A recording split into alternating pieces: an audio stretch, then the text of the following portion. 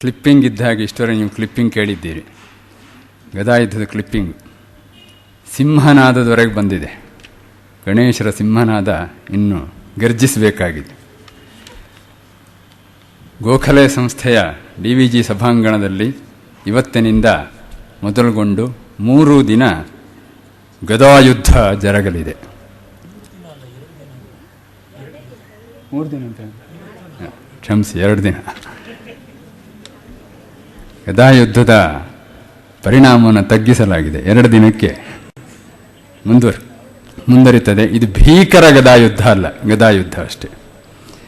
ಈ ಗದಾಯುದ್ಧವನ್ನು ಏಕಾಂಗಿಯಾಗಿ ನಡೆಸಿಕೊಡುವವರು ಶತಾವಧಾನಿ doctor R. Ganesh. ಈಗಾಗಲೇ ಒಂದು ಕಂತು ಪೂರೈಸಿ ಆ ಕುರುಧರೆಯೊಳ್ ಕುರುಪತಿಯ ನರಸಿದ ಪವನಸುತ ಸಾಹಸ ಭೀಮನ ವಿಜಯ ವೈಜಯಂತಿಯ ಹೇರಾಟ, ಹೋರಾಟ, ಹಾರಾಟ ಕಾವ್ಯ ಚಿತ್ರಿಕೆಯಲ್ಲಿ ಜೀವಂತವಾಗಿ ಮೂಡಿಬಂದ ಬಗೆ ಹೇಗೆಂಬುದನ್ನು ಆಸ್ವಾದಿಸಲು 2ನೇ ಕಂತಿಗೆ ನೆನೆಸಿಕೊಳ್ಳಬೇಕೆಂಬಡ್ಡಿ ಇಲ್ಲದೆ, ಈ ಕಂತಿಗೆ ಬಡ್ಡಿ ಕಟ್ಟಬೇಕಾಗುತ್ತಲ್ಲ, ಇಲ್ಲಿ ಬಡ್ಡಿ ಇಲ್ಲ, ನೆನೆಸಿಕೊಳ್ಳಬೇಕೆಂಬ ಅಡ್ಡಿ ಇಲ್ಲದೆ ಮುನ್ನಡೆ ಇಡುತ್ತಿದ್ದೇವೆ. ಯಾಕಂದ್ರೆ ಆ ಕಷ್ಟ ಎಲ್ಲ ಗಣೇಶರದ್ದು. ಅವರು ಪಂಕ್ತಿಯನ್ನು ಕೂಡ ನೆನಪಿಸ್ತಾರೆ, ನಾನಿದು ಹೇಳಿದ್ದೆ ಅಂತ. ಹಾಗೆ ಮಹಾಕವಿ ರನ್ನನ ಗದಾಯುದ್ಧ ಅಥವಾ ಸಾಹಸ ಭೀಮ ವಿಜಯ ಕನ್ನಡ ಕಾವ್ಯೋದ್ಯಾನದ ಕೆಂಡ ಸಂಪಿಗೆ. ಒರಿಜಿನಲ್ ಸಂಪಿಗೆ ಕಸಿಗೊಂಡು ಬಣ್ಣದಲ್ಲೂ ಘಮದಲ್ಲೂ ತನ್ನತನವನ್ನ ತಾಜಾತನವನ್ನ ತೂರಿ ಇಂದಿಗೂ ತನ್ನ ಎತ್ತರವನ್ನ ಬಿತ್ತರವನ್ನ ಖುಲ್ಲಂಖುಲ್ಲ ಕಾಯ್ದುಕೊಂಡ ಗಂಡು ಗಬ್ಬ. ಸರಸ್ವತಿಯ ಭಂಡಾರದ ಮುದ್ರೆಯೊಡೆದು ಅಲ್ಲಿದ್ದ ಶಬ್ದರತ್ನಗಳನ್ನು ಹೊರಗೆಳೆದು ತನ್ನದಾಗಿಸಿಕೊಂಡವ ತಾನು ಎಂದು ಗಳಹಿಕೊಂಡ ಗತ್ತಿನ ಗೈರತ್ತಿನ ಕವಿಯೋಧ ರನ್ನ. ಸರಸ್ವತಿಯ ನಬಲಯಂ ಗೋಣ್ಮುರಿಗೊಂಡು ಅರ್ಥಕ್ಕೆ ಕುದಿದು ನೋಯಿಸುವವನ್ ಅಕ್ಕರಿಗನೇ. ಇದು ರನ್ನ ಕೇಳಿದಂತಹ ಮಾತು. ಶಬ್ದದ ಅರ್ಥಕ್ಕಾಗಿ ಭಾಷಾ ಭಾರತೀಯ ಕೊರಳು ಮುರಿದು ಹಿಂಸಿಸುವ ಅಕ್ಕರಿಗನಾಗುತ್ತಾನೆಯೇ, ಅಂದರೆ ವಿದ್ವಾಂಸನಾಗುತ್ತಾನೆ ಎಂದು ನಿರ್ದಾಕ್ಷಿಣ್ಯವಾಗಿ ಭಾಷಾ ವಿರೂಪತೆಯನ್ನ ವಾಣಿ ವಿದ್ರೋಹವೆಂದು ಛೇಡಿಸಿದವ ರನ್ನ. ಅವನು ಅಜಿತ ಪುರಾಣದಲ್ಲಿ ಹಾಗೆ ಹೇಳ್ತಾನೆ. ಜನರಲ್ಲಿ ಬೆರಗು ಹುಟ್ಟಿಸಲಿಕ್ಕಾಗಿ ಅರ್ಥ ದೂರವಾದ ವಿಕೃತಾರ್ಥ ವಿರೂಪಾರ್ಥ ಕೊಡುವ ಶಬ್ದಗಳನ್ನು ಕೊರೆಯುವ ಕೆತ್ತುವ ವರ್ತಮಾನ ಪತ್ರಿಕೆಯ ತಲೆಬರಹಿಗಳು ಶಿರೋನಾಮೆ ಕೊಡುವವರು. ರನ್ನನ ಈ ಮಾತನ್ನ ಡೆಸ್ಕಿನ ಮೇಲೆ ಬರೆಸಿಟ್ಟುಕೊಳ್ಳೋದು ಒಳ್ಳೆಯದು. ವಿಕಲಚೇತನರು ದಿಗ್ಭ್ರಾಂತಿಯ ಭ್ರಾದ ಮಹಾಪ್ರಾಣ ಅಪಹರಣ ಮಾಡಿ ಬ್ರಾಕ್ಕೆ ಮೇಲೆ 2 ಹುಕ್ ಹಾಕಿ, ಅಂದರೆ ಇನ್ನೋಟೆಡ್ ಕೋಮ ಹುಕ್ ಹಾಕಿ ದಿಗ್ಭ್ರಾಂತಿ ಹುಟ್ಟಿಸುತ್ತಾರೆ. ಪತ್ರಿಕೆಗಳಲ್ಲಿ ಮಾಡ್ತಾ ಇದ್ದಾರೆ. ಸುಜಲಾಂ ಸುಫಲಾಂ ಚಪಲಾಮಿಗೆ ಅಬ್ದುಲ್ ಕಲಾಂ ಬಲಿಯಾಗುತ್ತಾರೆ. ಶಬ್ದ ಪ್ರಯೋಗದ ಹಿಂದಿರಬೇಕಾದ ಅರ್ಥ ಪ್ರಜ್ಞೆ, ಔಚಿತ್ಯ ಪ್ರಜ್ಞೆ, ಮುಖ್ಯವಾಗಿ ಪ್ರಜ್ಞಾ ಸಂಸ್ಕಾರ ಒಂದಷ್ಟಾದರೂ ಸಂಪನ್ನವಾಗಬೇಕಾದರೆ ಕಾವ್ಯ ಅವಲೋಕನ ಅತ್ಯಗತ್ಯ. ನಮ್ಮ ಕೈ ಹಿಡಿದು ನಡೆಸುವ ಪಂಪ, ರನ್ನ, ಕುಮಾರವ್ಯಾಸ, ಮುದ್ದಣಾದಿಗಳಿಗಿಂತಲೂ ಬೇರೆ ಬೇಕೆ. ಆತ್ಮಸ್ತುತಿ ಅಂತ ಅನಿಸಿದರೂ ಆತ್ಮ ಪ್ರತ್ಯಯದ ನಿದರ್ಶನವಾಗಿ ರನ್ನ ಸರಸ್ವತಿಯ ಬಂಗಾರದ ಹುಂಡಿಯನ್ನು ಹುಡಿಗಟ್ಟಿ ತೋರಿಸುತ್ತಾನೆ. ಅದನ್ನ ಆಗಲೇ ಕೇಳಿದ್ದೇವೆ ನಾವು, ಸುಮ್ಮನೆ ಜ್ಞಾಪನ. ಕುರುಭೂಭೃದ್ಬಲ ತೂಲ ಕಾಲ ಪವನಂ ಕೌರವ್ಯ ಗಂಧೇಭ ಕೇಸರಿ ದುಶ್ಯಾಸನ ರಕ್ತ ರಕ್ತವದನಂ ದುರ್ಯೋಧನೋರು ಕ್ಷಮಾಧರ ವಜ್ರಂ ಕುರುರಾಜ ಮುಕುಟೋತ್ಕೂಟಾಂಘ್ರಿ ಸಂಘಟ್ಟ ಸಂಗರನೆಂದೆಂದ ಅಭಿವರ್ಣಿಪಂ ರಣಯಶ ಶ್ರೀರಾಮನಂ ಭೀಮನಂ. ಇಂಥ ಭಾಷೆ. ಇದರ ವಿಸ್ತೃತ ವಿವರಣೆಯನ್ನು ಗಣೇಶರು ಆಗಲೇ ಮಾಡಿದ್ದಾರೆ. ವಾದ ವ್ಯಾಖ್ಯಾನಗಳೆಲ್ಲ ಅದು ವಿದ್ವದ್ ವ್ಯವಸಾಯ, ನಮ್ದಲ್ಲ. ಮೊದಲ ನೋಟಕ್ಕೆ ಅಂದರೆ ಕೇಳಲಿಕ್ಕೆ ನಮಗೆ ಶಬ್ದ ರಸಾಯನ, ಅದೇ ಶಬ್ದ ಕೇಳುವ ಖುಷಿ ಆಯ್ತು, ಅರ್ಥ ಆಗಲಿಲ್ಲ, ತೊಂದರೆ ಇಲ್ಲ. ಇದು ಭಾಷೆ.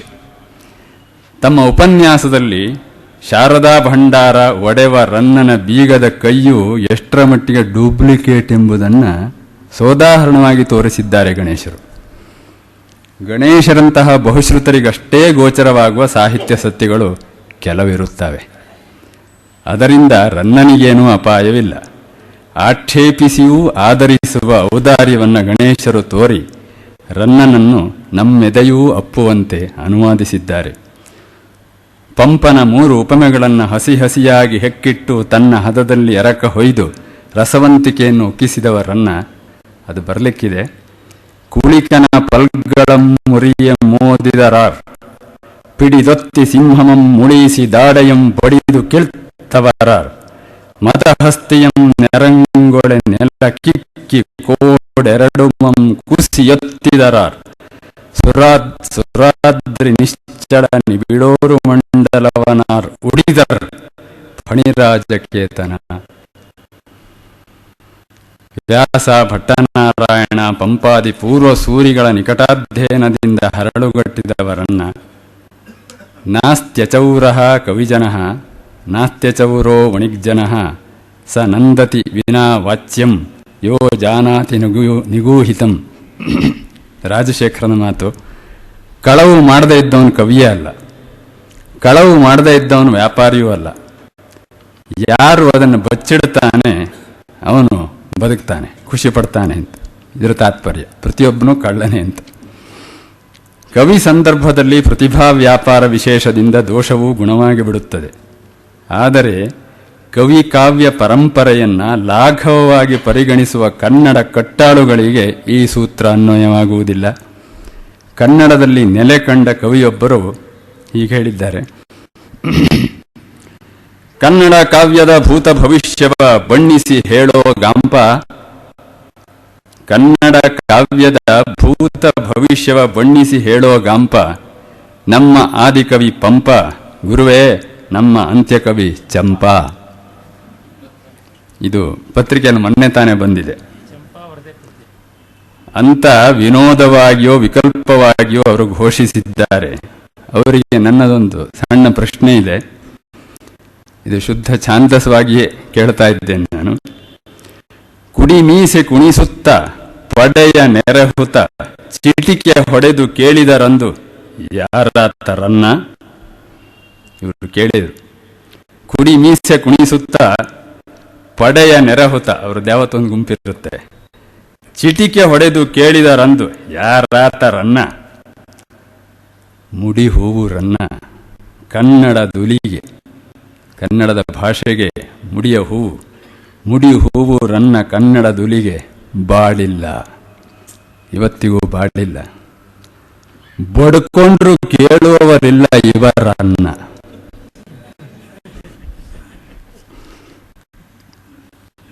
ಅಂತಹ ಒಂದು ರನ್ನನ ಗದಾಯುದ್ಧದ ಉಪನ್ಯಾಸ ಮುಂದುವರಿಲಿಕ್ಕಿದೆ. ಅದಕ್ಕಾಗಿ ಗಣೇಶರಿಗೆ ಆತ್ಮೀಯವಾದ ಸ್ವಾಗತ. ಇಂತಹ ಒಂದು ಚಿಂತನೀಯವಾದ ಮನನೀಯವಾದ ಕಾರ್ಯಕ್ರಮವನ್ನು ಪ್ರಾಯೋಜಿಸಿದಂತಹ ಸುಧೀರ್ ಅವರಿಗೆ ಸ್ವಾಗತ. ಇದರ ಆಸ್ವಾದನೆಯಾಗಿ ಬಂದ ಶ್ರೋತರಾದ ತಮಗೆ ಆತ್ಮೀಯ ಸ್ವಾಗತ. ಓಂ ತತ್ಸತ್.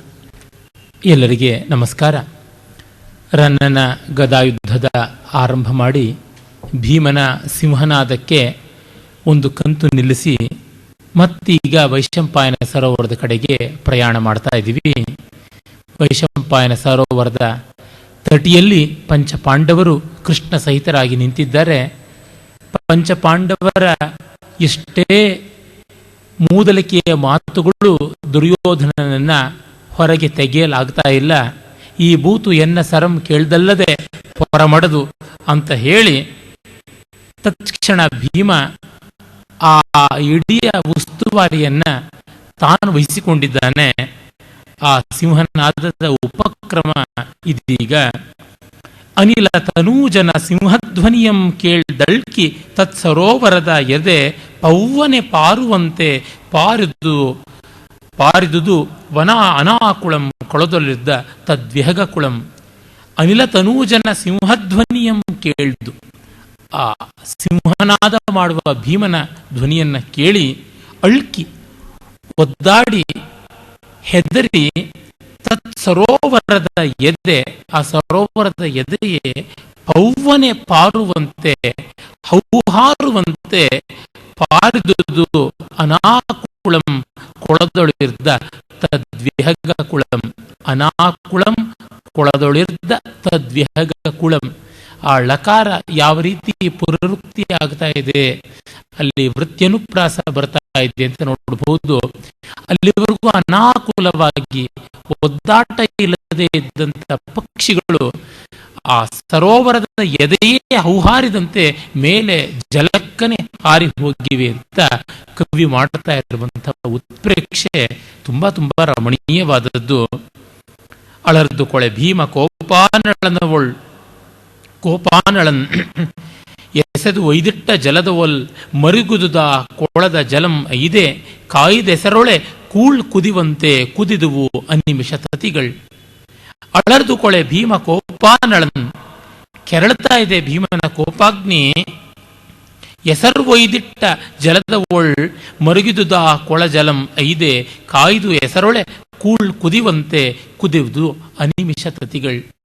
ಭೀಮನ ಕೋಪಾಗ್ನಿಗೆ ಆ ಸರೋವರದ ಜಲವೆಲ್ಲ ಕಾದು ಕುದ್ದು ಎಸರು ಕುದಿಯುವಂತೆ. ಎಸರು ಅಂದರೆ ಯಾವುದೇ ಅಡಿಗೆ ಪದಾರ್ಥಕ್ಕಾಗಿ ನೀರನ್ನು ಕಾಯೋಕ್ಕಿಟ್ಟಾಗ ಎಸರು. ಎಸರೇ ಮಡಗಿಲ್ಲ, ಇನ್ನು ಅಡಿಗೆ ಏನು ಮಾಡ್ತಾನೆ ಅಂತ ಗಾದೆ ಉಂಟು. ಅಂದ್ರೆ ನೀರನ್ನು ಕುದಿಯೋಕ್ಕೆ ಇಡದೆ ಇದ್ದವರು ಅಡಿಗೆ ಏನು ಮಾಡ್ತಾರೆ. ಹಾಗೆ ನೀರು ಕುದಿಯುವಂತೆ ಸರೋವರ ಕುದೀತಾ ಇದೆ. ಅದು ಕುದಿಯುವ ಹಾಗೆ ಪುಣಕ್ಕನೆ ಒಳಗಿಂದ ಮೀನಿನ ಸಂತತಿ ಹಾರಿ ಹಾರಿ ಬೀಳ್ತಾ ಇದೆ ಅಂತ. ಭೀಮನ ಕೋಪ ಕಾಯಿಸಿದೆ ಸರೋವರವನ್ನ. ಆ ಕಾದ ನೀರಿನಲ್ಲಿ ಇಲ್ಲ, ನಾವು ಇನ್ನು ಉಳಿಯೋಕ್ಕೆ ಸಾಧ್ಯ ಇಲ್ಲ ಅಂತ ಮೀನುಗಳು ಹೌಹಾರತಾ ಇವೆ ಅಂತ. ಅದು ಒಂದು.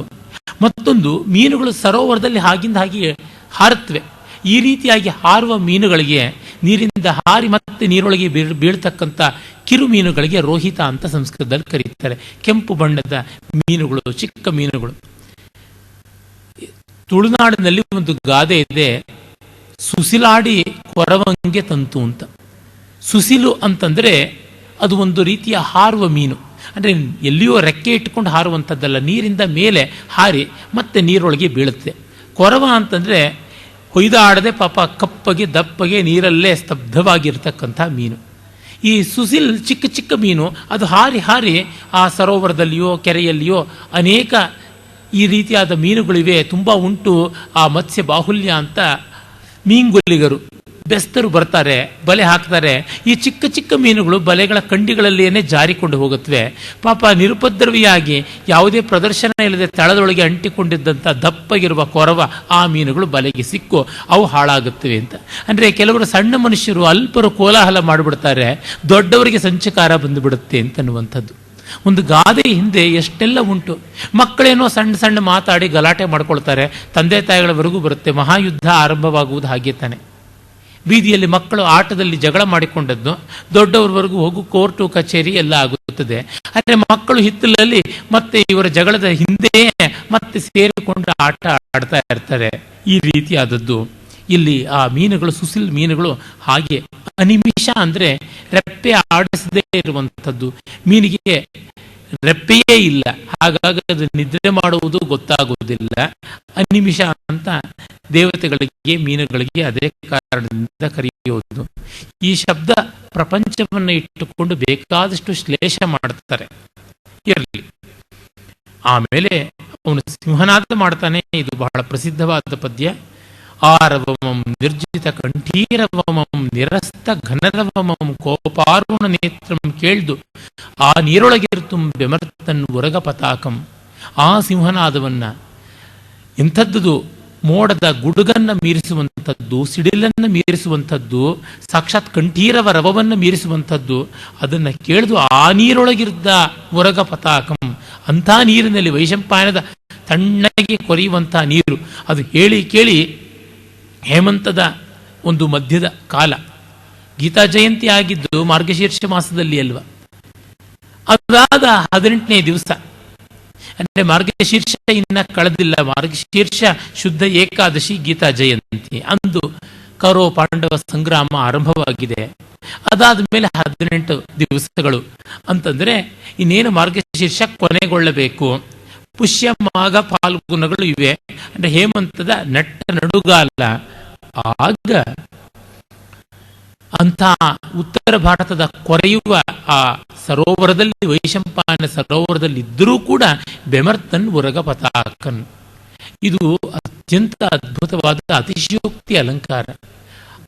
ಅಸಂಭಾವ್ಯವಾದದ್ದು ಸಂಭವಿಸ್ತು ಅಂತ ಹೇಳ್ತಾ ಇದ್ದಾನೆ. ಬೆವರೇ ಬಿಟ್ಟ ಅದು ಉರಗ ಪತಾಕ. ಹಾವು ಒಮ್ಮೆ ಸುಮ್ಮನೆ ಕಾಲನ್ನ ಜಪ್ಪಿಸಿದರೆ ಹೆಡೆಯನ್ನ ಅರಳಿಸಿ ಕೆರಳುತ್ತದೆ. ಆ ರೀತಿಯಾದ ಉರಗವನ್ನು ಪತಾಕ ಮಾಡಿಕೊಂಡದ್ದು. ಭೀಮ ಉರಗ ಪತಾಕನೇ ಅಲ್ಲವೇ ಎನ್ನುವುದು ದೊಡ್ಡ ಚರ್ಚೆ. ಮಹಾಭಾರತದಲ್ಲಿ ಬರುವ ಸಾಮಗ್ರಿನ ಇಟ್ಟುಕೊಂಡು ನೋಡಿದ್ರೆ ಅವನು ಗಜಧ್ವಜ, ಆನೆಯನ್ನ ಪತಾಕಿಯಾಗಿ ಇಟ್ಟುಕೊಂಡವನು. ಅದು ಹೇಗೂ ಆಮೇಲೆ ನಮಗೆ ಉರಗ ಪತಾಕ ಅಂತ ಬಂತು. ಕಾರಣ ನಾಗ ಅನ್ನುವ ಶಬ್ದಕ್ಕೆ ಆನೆ ಮತ್ತು ಹಾವು ಅನ್ನುವ ಎರಡರ್ಥವೂ ಇದೆ. ವಿಶೇಷವಾಗಿ ದುರ್ಯೋಧನನ ಸೇಡು, ಕೋಪ ಇವುಗಳನ್ನೆಲ್ಲ ವ್ಯಂಜಿಸುವುದಕ್ಕೆ ಆನೆಗಿಂತ ಚೆನ್ನಾಗಿ ಹಾವಿಗೆ ಶಕ್ತಿ ಉಂಟು ಅಂತ ಬಂದದ್ದಾಯಿತು. ರನ್ನ ಮೊದಲಾದವರಿಂದ ಇದು ಶಾಶ್ವತೀಕೃತವಾಗಿದೆ. ಯಾರೂ ಈಗ ದುರ್ಯೋಧನ ಗಜಧ್ವಜಿ ಅಂದರೆ ನಂಬುವುದಿಲ್ಲ, ಹಾಗಾಗಿ ಬಿಟ್ಟಿದೆ. ಆದರೆ ಕೆಲವರು ಎಷ್ಟು ಸೂಕ್ಷ್ಮವಾಗಿ ಗಮನಿಸಿರ್ತಾರೆ ಇದನ್ನು ಅನ್ನೋದಕ್ಕೆ ತೆಲುಗಿನ ಒಂದು ಚಲನಚಿತ್ರ ಎನ್ ಟಿ ರಾಮರಾವ್ ಮಾಡಿದ್ದು ದಾನವೀರ ಶೂರಕರ್ಣ, ತೀರ ಸಾಮಾನ್ಯ ಕಳಪೆಯ ಸಿನಿಮಾ. ಆದರೆ ಈ ಧ್ವಜ ಮಾತ್ರ ಬಹಳ ಪರ್ಫೆಕ್ಟ್ ಆಗಿತ್ತು. ಅದರೊಳಗೆ ಗಜಧ್ವಜವನ್ನು ಮಾಡಿದ್ದ ಅಲ್ಲಿ. ಆಮೇಲೆ ಸಲಿಲ ಸ್ತಂಭನ ವಿದ್ಯೆಯನ್ನು ಮರೆತು ಅವನು ಹೊರಕ್ಕೆ ಬರ್ತಾನೆ. ಆಗಳ ಜಲಸ್ತಂಭ ಮಂತ್ರಮೆಲ್ಲಂ ಪರಿಣಾಮ ರಮಣೀಯಮಾಗದೆ ಕೆಡಿಯುಂ ಅಹಂಕಾರಂಗಿಡದೆ ನಿಜ ಮಕುಟ ಸ್ಫುರನ್ ಮಣಿಗಣ ಛವಿಯಂ ಸುರಚಾಪಲೀಲೆ ಪಂಕಜವನದೊಳ್ ಮನಂಗೊಳಿಸೆ ತನ್ನಯ ಮೇಗೊಗೆ ಒಗೆದಿರ್ದ ನೀಲ ನೀರಜವನದಿಂ ಕರಂಗಿ ಕಮಲಾಕರದಿಂ ಪೊರಮಟ್ಟನ್ ಉನ್ನತೋದ್ಭುಜ ಯುಗ ತೋರಣಾಯಿತ ಗದಾ ಪರಿಘಂ ಪಣಿರಾಜಕೇತನಂ. ಆ ಫಣಿರಾಜಕೇತನ ಹೇಗೆ ಎದ್ದು ಬಂದ ಅನ್ನುವುದನ್ನ ಒಂದು ಸುಮನೋಹರವಾದ ಚಂಪಕಮಾಲ ಛಂದಸ್ಸಿನಲ್ಲಿ ಹೇಳ್ತಾ ಇದ್ದಾನೆ ಕವಿ. ನಿಜ ಮಕುಟ ಸ್ಫುರನ್ ಮಣಿಗಣ ಛವಿಯಂ. ತನ್ನ ಕಿರೀಟದ ಮಣಿಗಣಗಳ ಕಾಂತಿಯಿಂದ, ಕಾಂತಿ ಕಿರಣಗಳಿಂದ ಸುರಚಾಪಲೀಲೆ, ಮಹೇಂದ್ರ ಚಾಪ, ಕಾಮನ ಬಿಲ್ಲಿನ ಲೀಲೆ ಪಂಕಜವನದೊಳ್ ಮನಂಗೊಳಿಸೆ.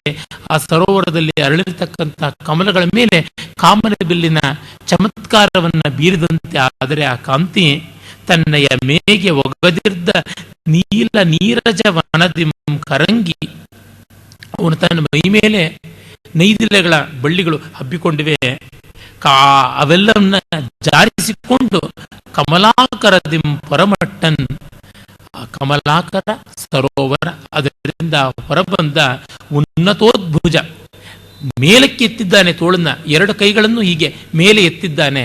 ಎತ್ತಿ ಅದರ ಮಧ್ಯದಲ್ಲಿ ಗದೆಯನ್ನು ಹಿಡಿದಿದ್ದಾನೆ. ಉನ್ನತ ಆ ಒಂದು ಭುಜ, ಉದ್ಭುಜ, ಉನ್ನತ ಉದ್ಭುಜ ಅಂದ್ರೆ ಮೇಲಕ್ಕೆ ಎತ್ತಿರ್ತಕ್ಕಂಥ ಎತ್ತರವಾದ ತೋಳುಗಳ ಯುಗಗಳ ನಡುವೆ ತೋರಣಾಯಿತ, ತೋರಣವನ್ನು ಕಟ್ಟಿದಂತೆ ಗದಾ ಪರಿಘಂ. ಮಹಾನಗರದ ಕೋಟೆಯ ಬಾಗಿಲಿಗೆ ಅಗುಳಿಯನ್ನು ಹಾಕಿದ್ರೆ ಅದೆಷ್ಟು ದೊಡ್ಡದಿರುತ್ತೆ. ಸಾಮಾನ್ಯವಾಗಿ ನಮ್ಮ ಹಳ್ಳಿಯ ಕಡೆ ಎಲ್ಲನೂ ಅಗುಳಿ ಅಂತಂದ್ರೆ ಒಂದು ಒನಕೆ ತರಹ ದಂಡ ಅಷ್ಟೇನೆ. ಚಾಚಿದಂಥ ಎರಡು ಹಿಡಿಕೆಗಳಿರುತ್ತವೆ, ಅವು ಚಿಲಕಕ್ಕೆ ಆಧಾರ. ಅದರ ಮೇಲೆ ಒಂದು ಅಡ್ಡಗೋಲನ್ನು ಇಡುವಂಥದ್ದು, ಅದು ನಮಗೆ ಅಗುಳಿ. ಅದನ್ನು ಹಾಗೆ ತೆಗೆಯುವಂಥದ್ದು. ಮಹಾದೊಡ್ಡ ದ್ವಾರಕ್ಕೆ ಆ ರೀತಿಯಾದದ್ದನ್ನು ಪರಿಘ ಅಂತ ಮಾಡ್ತಾ ಇದ್ರು. ಹನುಮಂತ ಸುಂದರಕಾಂಡದಲ್ಲಿ ಅಶೋಕವನ ಧ್ವಂಸ ಮಾಡುವಾಗ ಚೈತ್ಯಾಲಯ ಅಂತ ಇರುತ್ತದೆ, ಒಂದು ದೇವಾಲಯ ಅಶೋಕವನದಲ್ಲಿ. ಮತ್ತೆ ಅಲ್ಲಿ ಒಂದು ತೋರಣ ದ್ವಾರ ಇರ್ತದೆ. ಅವುಗಳ ಪರಿಘವನ್ನ ಅಂದರೆ ಅಗುಳಿಯ ದಂಡವನ್ನ ಕಿತ್ತು ತಾನದನ್ನ ದೊಡ್ಡ ದಂಡದಂತೆ ಎಲ್ಲರ ಕಡೆಗೂ ಅಪ್ಪಳಿಸೋದಕ್ಕೆ ಬಳಸಿದ ಅಂತ. ಹೀಗೆ ಪರಿಘಾಯುಧ ಅಂತಲೇ ಆಗಿಬಿಟ್ಟಿದೆ. ಕೈಗೆ ಸಿಕ್ಕಿದ್ದಂತೆ ತೆಗೆದುಕೊಳ್ಳೋದು ಆಯುಧ. ಆ ರೀತಿಯಲ್ಲಿ ಇದು ಪರಿಘಾಯುಧ. ಹಾಗೆ ಆ ಗದಾ ದಂಡವನ್ನು ಇಟ್ಟುಕೊಂಡು ಹೊರಕ್ಕೆ ಬರ್ತಾನೆ. ಇಲ್ಲಿ ಒಂದು ರಮಣೀಯವಾದ ಚಿತ್ರ ಇದೆ. ಕಾಮನ ಬಿಲ್ಲಿನ ಕಾಂತಿಯಿಂದ ಕಂಗೊಳಿಸುವ ಕಿರೀಟದ ರಶ್ಮಿಗಳಿಂದ ರಮಣೀಯತೆಯನ್ನು ಅಧಿಕತರವಾಗಿ ಮಾಡಿಕೊಂಡ ಕಮಲವನ ಮತ್ತು ಇವನ ಮೈಮೇಲೆ ತೂಗಿ ಬಂದಂತಹ ಆ ನೈದಿಲೆಗಳ ಮಾಲಿಕೆ, ನೈದಿಲೆಗಳ ಬಳ್ಳಿ ಮತ್ತೆ ಎರಡು ತೋಳನ್ನು ಎತ್ತಿಕೊಂಡು ಅಲ್ಲಿ ತೋರಣ ಸ್ತಂಭದಂತೆ ರಮಣೀಯವಾಗಿ ಮಾಡಿಕೊಂಡಂಥ ಗದಾದಂಡ ಇದು. ಇದಾದ ಮೇಲೆ ಮುಂದೆ ಮಹಾಶ್ರದ್ಧೆಯೊಂದನ್ನು ಹೇಳ್ತಾನೆ, ಅತ್ಯದ್ಭುತವಾದದ್ದು. ರಸಯಿಂ ಕಾಲಾಗ್ನಿರುದ್ರಂ ಪರಮಡುವಲಂತ ಸರೋ ಮಧ್ಯದಿಂ ಸಾಹಸಗರ್ವಾಲಂಕೃತಂ ತೊಟ್ಟನೆ ಕೊಡೆ ಪರಮಟ್ಟೆಲ್ಲಿದಂ ಭೀಮನ್ ದೆಸೆಯಂ ನೋಡುತ್ತೆ ಮತ್ತದ್ಭುತ ನಟ ನಿಟಿಲಾಲೋಲ ಕೀಲಾಕ್ಷಿವಲ್ ದಳ್ಳಿಸೆ ಕೋಪಾರಕ್ತ ನೇತ್ರಂ ನಿಜ ಭುಜಗದಯಂ ತೂಗಿದಂ ಧಾರ್ತರಾಷ್ಟ್ರಂ.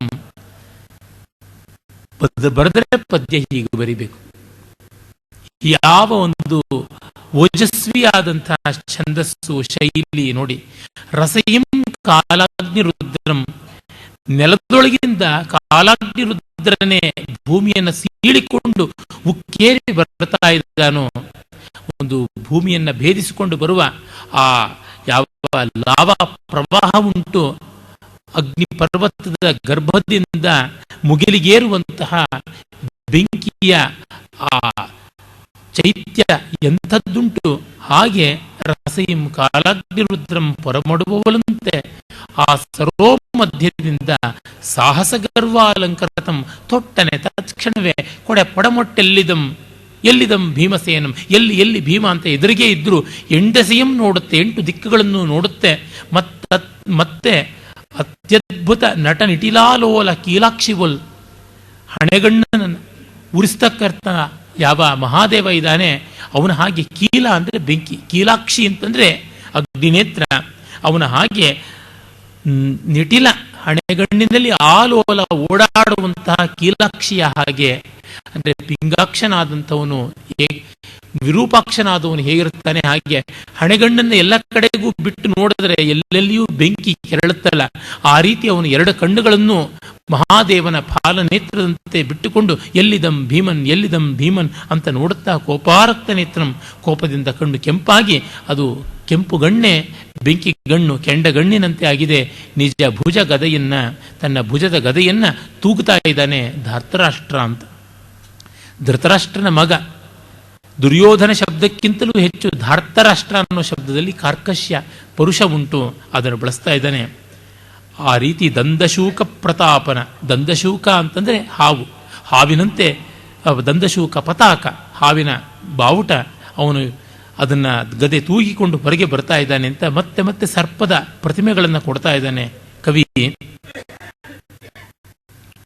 ಹೇಳ್ತಾನೆ, ಕ್ರೋಧಾನಲನಾಗಿ ಯಮರಾಜ ಪ್ರಿಯ ಸೂನುಗಂ ನಿನಗಂ ಆ ಗಾಂಡೀವ ಧನ್ವಂಗಂ ಆ ಯಮಳರ್ಗಂ ಪ್ರಿಯಪ್ಪ ಕೃಷ್ಣೆಯ ಕಚ ಪ್ರಾರಂಭಮಂ ಬಾಹು ವಿಕ್ರಮಿ ದುಶಾಸನನ್ ಅಂದು ಮುಂದೆ ತೆಗೆದಂದೆಲ್ಲಿರ್ದ ಈ ಗಂಡ ಗರ್ವಮುಂ ಇಂದೆಲ್ಲಿಗೆ ಪೋಯ್ತು ಅಂದೆಲ್ಲಿಗೆ ಪೋಯ್ತು ಷಂಡ ನಿನಗಿಂದಿ ಗಂಡನಾರ್ ಮಾಡಿದರ್ ಅಂತ ಹೇಳ್ತಾನೆ. ಇಲ್ಲಿವರೆಗೂ ಗೇಲಿ ಮಾಡ್ತಾ ಇದ್ದ, ಮೀನಿನ ಹಾಗೆ ಕಪ್ಪೆಯ ಹಾಗೆ ನೀರೊಳಗೆ ಅವಿತಿಟ್ಟುಕೊಂಡಿದ್ದೀಯಾ, ನಿನಗೆ ಮಾನ ಇಲ್ಲವೇ, ಮರ್ಯಾದೆ ಇಲ್ಲವೇ ಅಂತ. ಹೌದು, ಈಗ ತನಗೆ ಮಾನ ಇಲ್ಲ. 13 ವರ್ಷಗಳ ಮುನ್ನ ನಿನಗಿತ್ತ ಮಾನ, ನಿಮ್ಮ ಅಣ್ಣನಿಗಿತ್ತ, ನಿನ್ನ ಇನ್ನೊಬ್ಬ ಅಣ್ಣನಿಗಿತ್ತ, ನಿನ್ನ ತಮ್ಮಂದರಿಗಿಬ್ಬರಿಗಿತ್ತ, ನಿಮ್ಮೆಲ್ಲರಿಗೂ ಪ್ರಿಯಳಾದ ಆ ವ್ಯಂಗ್ಯ ನೋಡಿ. 5 ಜನರಿಗೆ ಪ್ರಿಯಳು ಅಂದರೆ ಅವಳು ಸಾಧಾರಣ ಸ್ತ್ರೀ, ಬಂಧಕಿ ಅನ್ನುವ ಅರ್ಥ. ಯಮರಾಜ ಪ್ರಿಯ ಸೂನುಗಂ ನಿನಗಂ ಆ ಗಾಂಡೀವಿಗಂ, ಅವನು ಗೆದ್ದು ನಿಮ್ಮೆಲ್ಲರಿಗೂ ಒಪ್ಪಿಸಿದ ಹೆಣ್ಣನ್ನ, ಇನ್ನೇನು ಅವನ ಗಂಡುತನ. ಅವನಿಗೂ ಆ ಯಮಳರಿಗೂ ಪ್ರಿಯಪ್ಪ ಕೃಷ್ಣಯ್ಯ ಕಚಪ್ರಾರಂಭಮಂ ಬಾಹುವಿಕ್ರಮಿ ದುಶ್ಯಾಸನನ್ ಅಂದು ಮುಂದೆ ತೆಗೆವಂದೆಲ್ಲಿರ್ದೆ ಈ ಗಂಡ ಗರ್ವಮುಂ ಇಂದ ಅಂದೆಲ್ಲಿಗೆ ಪೋಯ್ತು. ಅದು ಆವತ್ತಿದ್ದ ಪೌರುಷ ಆವತ್ತಿತ್ತೇ, ಇಂದಿರುವ ಪೌರುಷ ನಿನಗಿಂದು ಈ ಗಂಡನಾರ್ ಮಾಡಿದರು. ಇವತ್ತು ನಿನಗೆ ಪೌರುಷ ಯಾರು ತಂದು ಕೊಟ್ರು? ಎರವಲು ತಂದದ್ದು ಹೋಗುವಂಥದ್ದೇ. ನಿನಗೆ ಇಂದು ಬಂತು ಅಂದಿಲ್ಲ ಅಂದರೆ ಎಂದೂ ಇಲ್ಲ ಅಂತಲೇ ಅರ್ಥ ಅನ್ನುವುದನ್ನು ಹೇಳ್ತಾನೆ. ಈ ಪಾತ್ರದ ಪಕ್ಷಪಾತ ಮಾಡದೆ ಆಯಾ ಪಾತ್ರಗಳಿಗೆ ಸಲ್ಲುವಂತೆ ಮಾತಾಡಿಸೋದಿದೆಯಲ್ಲ, ಅದು ತುಂಬ ಕಷ್ಟ. ಕವಿಗೆ ಯಾವ ಪಕ್ಷದ ಬಗ್ಗೆನೂ ಪ್ರೀತಿ ಇರಬಾರದು, ಯಾವ ಪಾತ್ರದ ಬಗ್ಗೆನೂ ತಿರಸ್ಕಾರ ಇರಬಾರದು. ಅಸುರಂ ವಸುಧಾತಳಮಂ ರಸಾತಳಕ್ಕುಯ್ಯೇ ಹರಿತರಲ್ ಪೊಕ್ಕವೊಲಿ ವಸುಮತಿಯನ್ ಎತ್ತಿ ನಿನ್ನಯ ದೆಸೆಯಂ ತರೆ ಪೊಕ್ಕೆನ್ ಅಂಜಿ ಪೊಕ್ಕೆನೆ ಕೊಳನಂ. ಪೌರಾಣಿಕ ವ್ಯಾಸಂಗವನ್ನು ಎಷ್ಟು ಚೆನ್ನಾಗಿ ಸಮಯೋಚಿತವಾಗಿ ಬಳಸ್ಕೊಳ್ತಾ ಇದ್ದಾನೆ ನೋಡಿ. ಒಬ್ಬರು ಮಾಜಿ ಮುಖ್ಯಮಂತ್ರಿಗಳಿದ್ದರು. ಹಿಂದೊಂದು ಸರ್ಕಾರಕ್ಕೆ ಕೈಕೊಟ್ಟು ಬೀಳಿಸಿದಾಗ ಕೃಷ್ಣ ಚಾಣಕ್ಯರ ಯುಕ್ತಿಯನ್ನು ಅನುಸರಿಸಿದ್ದು ಅಂತ ಸಮರ್ಥನೆ ಮಾಡಿಕೊಂಡ್ರು. ಹಾಗೆ ಧೃತರಾಷ್ಟ್ರ ಕುಮಾರ ಇಲ್ಲಿ ಮಾಡ್ತಾ ಇದ್ದಾನೆ. ಅಸುರಂ ವಸುಧಾತಳಮಂ ರಸಾತಳಕ್ಕುಯ್ಯೆ.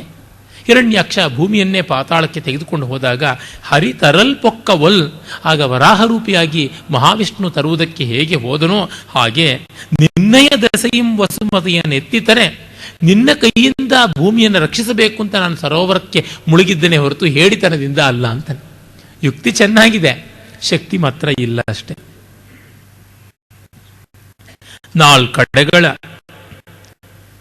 ಎದುರು ಬೇರಂ ಬಿಳ್ಕೆಯುಮಂ ತಿಂದು ವನದೊಳ್ ಅಡಗಿರೆ ನೀಮುಂ ನೀಳ್ಕರಿಸಿ ನಿಂದು ಮೀಗಳ್ ಪೇಳ್ ಕಮ್ಮೈಸುವರೆ ಬಿರುದುಮಮಂ ಬೀರಮಮಂ.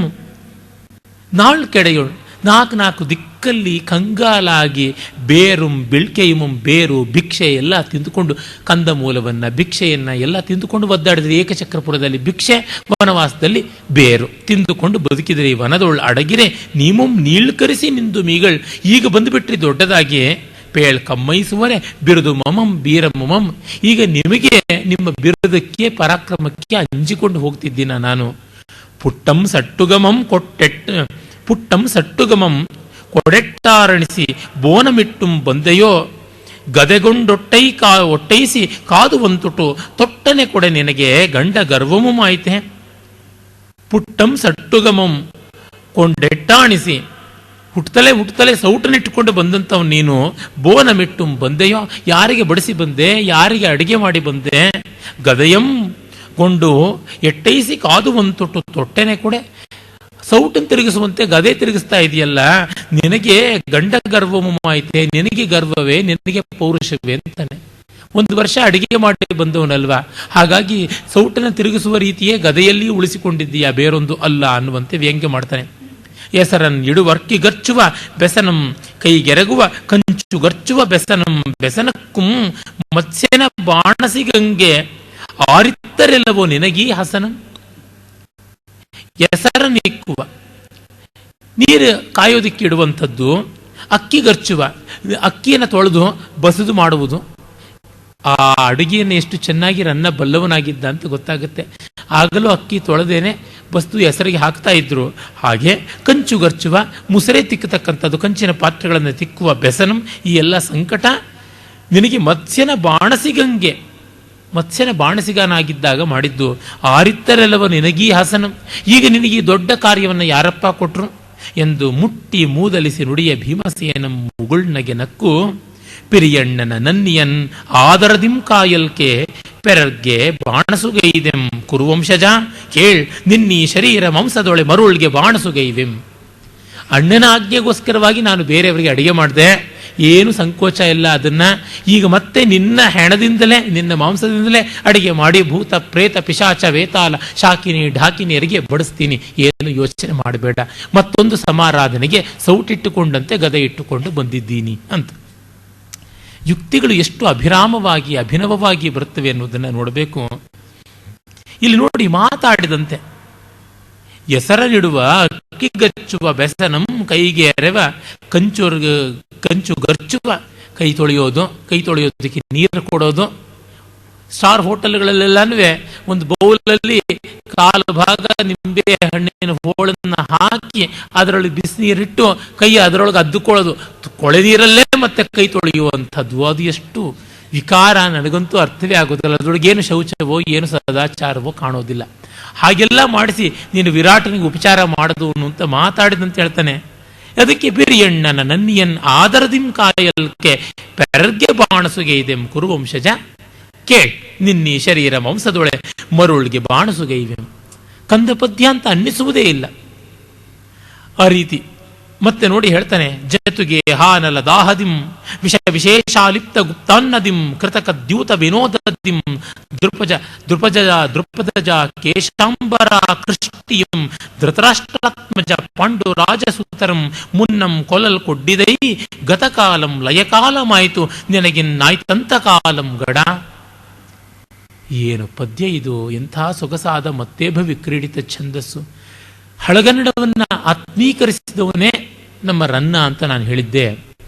ಹಾಗೆ ಘನತೆಯನ್ನ ಗೌರವವನ್ನ ಕಾಯ್ದುಕೊಂಡವನು ಅವನೇ. ಇಂದೂ ಎಂದೂ ನಾನು ಹೇಳ್ತೀನಿ, ಶಪಥ ಮಾಡಿ ಹೇಳ್ತೀನಿ, ಹೊಸಗನ್ನಡದಲ್ಲಿ ಪದ್ಯ ಬರೆಯೋದಿಕ್ಕೆ ಆಗೋಲ್ಲ. ಹೊಸಗನ್ನಡದಲ್ಲಿ ಕಥೆ, ಕವಿತೆ, ಹಾಸ್ಯ ಪ್ರಬಂಧ, ಪ್ರವಾಸ ಕಥನ, ಶಾಸ್ತ್ರಗ್ರಂಥ ಎಲ್ಲ ಬರೀಬಹುದು. ಪದ್ಯ ಬರೀಬೇಕೋ ಹಳಗನ್ನಡ, ಅಪ್ಪಿತಪ್ಪಿದ್ರೆ ನಡುಗನ್ನಡ ಅಷ್ಟೆ. ಈ ಹೊಸಗನ್ನಡ ನಡು ಮುರಿದ ಕನ್ನಡ ಅಷ್ಟೆ. ಅದರೊಳಗೆ ಏನು ತಾಕತ್ತಿಲ್ಲ, ಕಟಿರೇಚಕವೇ ಇಲ್ಲ. ಭರತನಾಟ್ಯ ಮಾಡದಂಗಿರುತ್ತೆ ಹೊಸಗನ್ನಡದಲ್ಲಿ ಬರೆದ್ರೆ, ಡ್ರಿಲ್ ಅಷ್ಟೆ. ನಾನು ಮನೆಗೆ ಹೋಗುತ್ತಿದ್ದೇನೆ, ನೀನು ಅಡುಗೆ ಮಾಡುತ್ತಿದ್ದೀಯಾ, ಈ ಥರ ಇರುತ್ತೆ ಅಷ್ಟೇ. ನಾ ಮನೆಗೆ ಹೋಗುವೆ ಅಂದರೆ ಅದು ಹೊಸಗನ್ನಡ ಅಲ್ಲ, ನಡುಗನ್ನಡ ಬಂತು. ಆ ಮನೆಗಂ ಪೋಪೆಂ ಅಂದರೆ ಹಳಗನ್ನಡ ಬಂತು. ಆ ಹಳಗನ್ನಡದಲ್ಲಿರುವ ಬಿಗಿ, ಸೊಗ, ಜಿಗ್ಗಿ ಎಲ್ಲಿಯೂ ಇಲ್ಲ. ನಿಜವಾಗಿ ಕ್ಲಾಸಿಕಲ್ ಲ್ಯಾಂಗ್ವೇಜ್, ಶಾಸ್ತ್ರೀಯ ಭಾಷೆ ಅಂತ ಹೇಳ್ತಾರೆ, ಅದು ತಪ್ಪು ಶಬ್ದ. ಅಭಿಜಾತ ಭಾಷೆ ಅಂತ ಹೆಸರು ಉಳಿಸಿಕೊಳ್ಳೋದಿದ್ರೆ ಕನ್ನಡ ಹಳಗನ್ನಡದಿಂದಲೇ, ಬೇರೆಯಿಂದ ಅಲ್ಲ. ಆ ಭಾಷೆ ನೋಡಿ, ಜತುಗೆ ಹಾನಲ ದಾಹದಿಂ ವಿಷ ವಿಶೇಷಾಲಿಪ್ತ ಗುಪ್ತಾನ್ನದಿಂ, ಅನುಪ್ರಾಸಗಳನ್ನ ಗೇಹ, ದಾಹ, ವಿಶೇಷ ಲಿಪ್ತ, ಗುಪ್ತ, ವಿಷ ವಿಶೇಷ ಲಿಪ್ತ, ಗುಪ್ತ, ಕೃತಕ ದ್ಯೂತ ವಿನೋದದಿಂ ದೃಪದಜ ಕೇಶಾಂಬರ ಕೃಷ್ಟಿಯಂ ಧೃತರಾಷ್ಟ್ರಾತ್ಮಜ ಪಾಂಡುರಾಜ ಸುತರಂ ಮುನ್ನಂ ಕೊಲಲ್ ಕೊಡ್ಡಿದೈ ಗತಕಾಲಂ ಲಯಕಾಲಮಾಯಿತು ನಿನಗಿನ್ನಾಯ್ತಂತಕಾಲಂ ಗಡ, ನಿನಗಿನ್ನಾಯ್ತು ಅಂತ್ಯಕಾಲಂ ಗಡ. ಇಷ್ಟು ಚೆನ್ನಾಗಿ ಜತುಗೇಹ ಅನಲ ದಾಹ, ಜತುಗೇಹದ ಅಂದರೆ ಅರಗಿನ ಮನೆಯ ಅನಲದಾಹ, ಬೆಂಕಿಯ ಪ್ರಮಾದದಿಂದ, ವಿಷ ವಿಶೇಷಾಲಿಪ್ತ ಗುಪ್ತಾನ್ನದಿಂ, ವಂಚಿಸಿ ಮೋಸ ಮಾಡಿ ಮರಯಿಸಿ ವಿಷಾನ್ನವನ್ನು ತಿನ್ನಿಸಿದ್ಯಲ್ಲ, ಕೃತಕ ದ್ಯೂತ ವಿನೋದ ಮಾಯಾ ದುರೋದರ ದ್ಯೂತ, ದೃಪದಜ ಕೇಶಾಂಬರ ಕೃಷ್ಟಿ, ದ್ರೌಪದಿಯ ತಲೆಗೂದಲು ಮುಡಿ ಮತ್ತು ಉಡಿ ಎರಡನ್ನು ಸೆಳೆದಂಥದ್ದು, ಧೃತರಾಷ್ಟ್ರಾತ್ಮಜ ಪಾಂಡುರಾಜ ಸುತರಂ, ಧೃತರಾಷ್ಟ್ರಾತ್ಮಜ ಪಾಂಡುರಾಜ ಸುತರಂ ಮುನ್ನಂ ಕೊಲ್ಲಲ್ಕೆ ಒಡ್ಡಿದೆ. ಎಷ್ಟೆಲ್ಲ ಮಾಡಿದೆಯಾ ಮುನ್ನ ಕೊಲ್ಲೋದಿಕ್ಕೆ. ಗತಕಾಲಂ, ಆ ಗತಕಾಲಂ ಲಯಕಾಲವಾಯಿತು, ಅದೆಲ್ಲ ನಿನಗೆ ಲಯದ ಕಾಲವಾಯಿತು. ಈಗ ಆಯಿತು ಅಂತ್ಯಕಾಲ ನಿನಗೆ ಬಂತು ಎಂದು ಮರ್ಮೋದ್ಘಾಟನಂಗೆ ಇದು ಮೂದಲಿಸಿದಂ. ಆಮೇಲೆ ಧರ್ಮರಾಜ ಪಾಪ ತನ್ನ ಎಂದಿನ ಪೆದ್ದುತನವನ್ನ ಮತ್ತೆ ಮೆರೀತಾನೆ. ಇಲ್ಲಪ್ಪ, ಧರಣೀ ಚಕ್ರಮನ್ ಅಪ್ಪು ಒಪ್ಪುಗೊಳ್ ಬಗೆಯದಿರ್ ವಿದ್ವೇಷಮಂ ವಿದ್ವೇಷಮಂ, ನಮ್ಮ ನೈವರನ್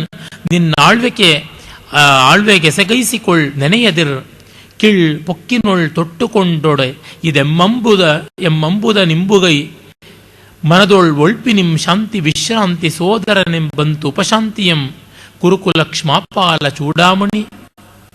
ನೀನು ನಮ್ಮ ಜೊತೆಗೆ ಸ್ನೇಹವನ್ನ ವಿಶ್ವಾಸವನ್ನ ಇಟ್ಟುಕೋ, ಮತ್ತೆ ಸಂಧಿ ಮಾಡಿಕೋ ಅಂತೆಲ್ಲ ಹೇಳಿ ಅನ್ಯೋನ್ಯ ಪ್ರೀತಿಯನ್ನ ಉಳಿಸಿಕೊಳ್ಳಬೇಕು ಅಂತೆಲ್ಲ ಅಂತಾನೆ. ಆದರೆ ಅಲ್ಲ, ಕೃಷ್ಣ ಹೇಳ್ತಾನೆ, ಎನ್ನೇ ಹರಿಯಂದಂ ದುರ್ಯೋಧನ ಧರ್ಮತನೂಜನ ಒಳ್ಳಿತಂ ಪೇಳ್ದಪನ್, ಆತನ ಪೇಳ್ದುಕ್ಕೆ ಎಸಗಿ ನೀನ್ ಅರಸನಾಗಿ ವಸುಮತಿಯನ್ನು ಆಳ್ವುದು ಅದಾವುದು ದೋಷಂ. ಧರ್ಮರಾಜ ಹೇಳ್ತಾ ಇದ್ದಾನೆ ಸಂಧಿ ಮಾಡ್ಕೊಂತ, ಮತ್ತೆ ಸಂಧಿ ಮಾಡ್ಕೊಳ್ಳಯ್ಯ, ಅದ್ರೊಳಗೆ ಏನಿದೆ ದೋಷ ಅಂತ ಹೇಳ್ಬಿಟ್ಟು. ಆಗ ಭೀಮ ಹೇಳ್ತಾನೆ, ಇದಕ್ಕೆಲ್ಲ ಒಪ್ಪಿಕೊಳ್ಳುವಂಥವನಲ್ಲ, ನಾನು ಒಪ್ಪುವುದಿಲ್ಲ ಅಂತ. ಆಗ ಭೀಮ ಮತ್ತೆ ದುರ್ಯೋಧನ ಜೊತೆಗೆ ಮೂದಲಿಕೆಗೆ ಸನ್ನಾಹ ಮಾಡ್ತಾನೆ. ಆ ಸಂದರ್ಭದಲ್ಲಿ ಕೃಷ್ಣ ಈ ಸಂಧಿ ಮಾಡಿಕು ಅಂತ ಹೇಳುವ ಮೂಲಕ ತನ್ನನ್ನು ಗೇಲಿ ಮಾಡ್ತಾ ಇದ್ದಾನೆ, ಉಪೇಕ್ಷೆ ಮಾಡ್ತಾ ಇದ್ದಾನೆ ಅಂತ ದುರ್ಯೋಧನಿಗೆ ಗೊತ್ತಾಗುತ್ತದೆ. ಅವನು ತನ್ನ ಮಾರುತ್ತರವನ್ನು ಕೊಡ್ತಾನೆ ಕೃಷ್ಣ ನಿಂದೆಯಾಗಿ. ವನವಾಸ ಮಲಿನಂ ಯಮತನನ್ ಉಜ್ವಲಗೊಳಿಸಿ ಗೋತ್ರ ಧವಳನನ್ ಎನ್ನಂ ಘನಮಲಿನಂ ಮಾಡಿದೈ ಕೃಷ್ಣ ನಿನ್ನ ಓಲ್ ಶ್ವೇತ ಕೃಷ್ಣ ಕಾರಕರ್ ಒಳರೆ.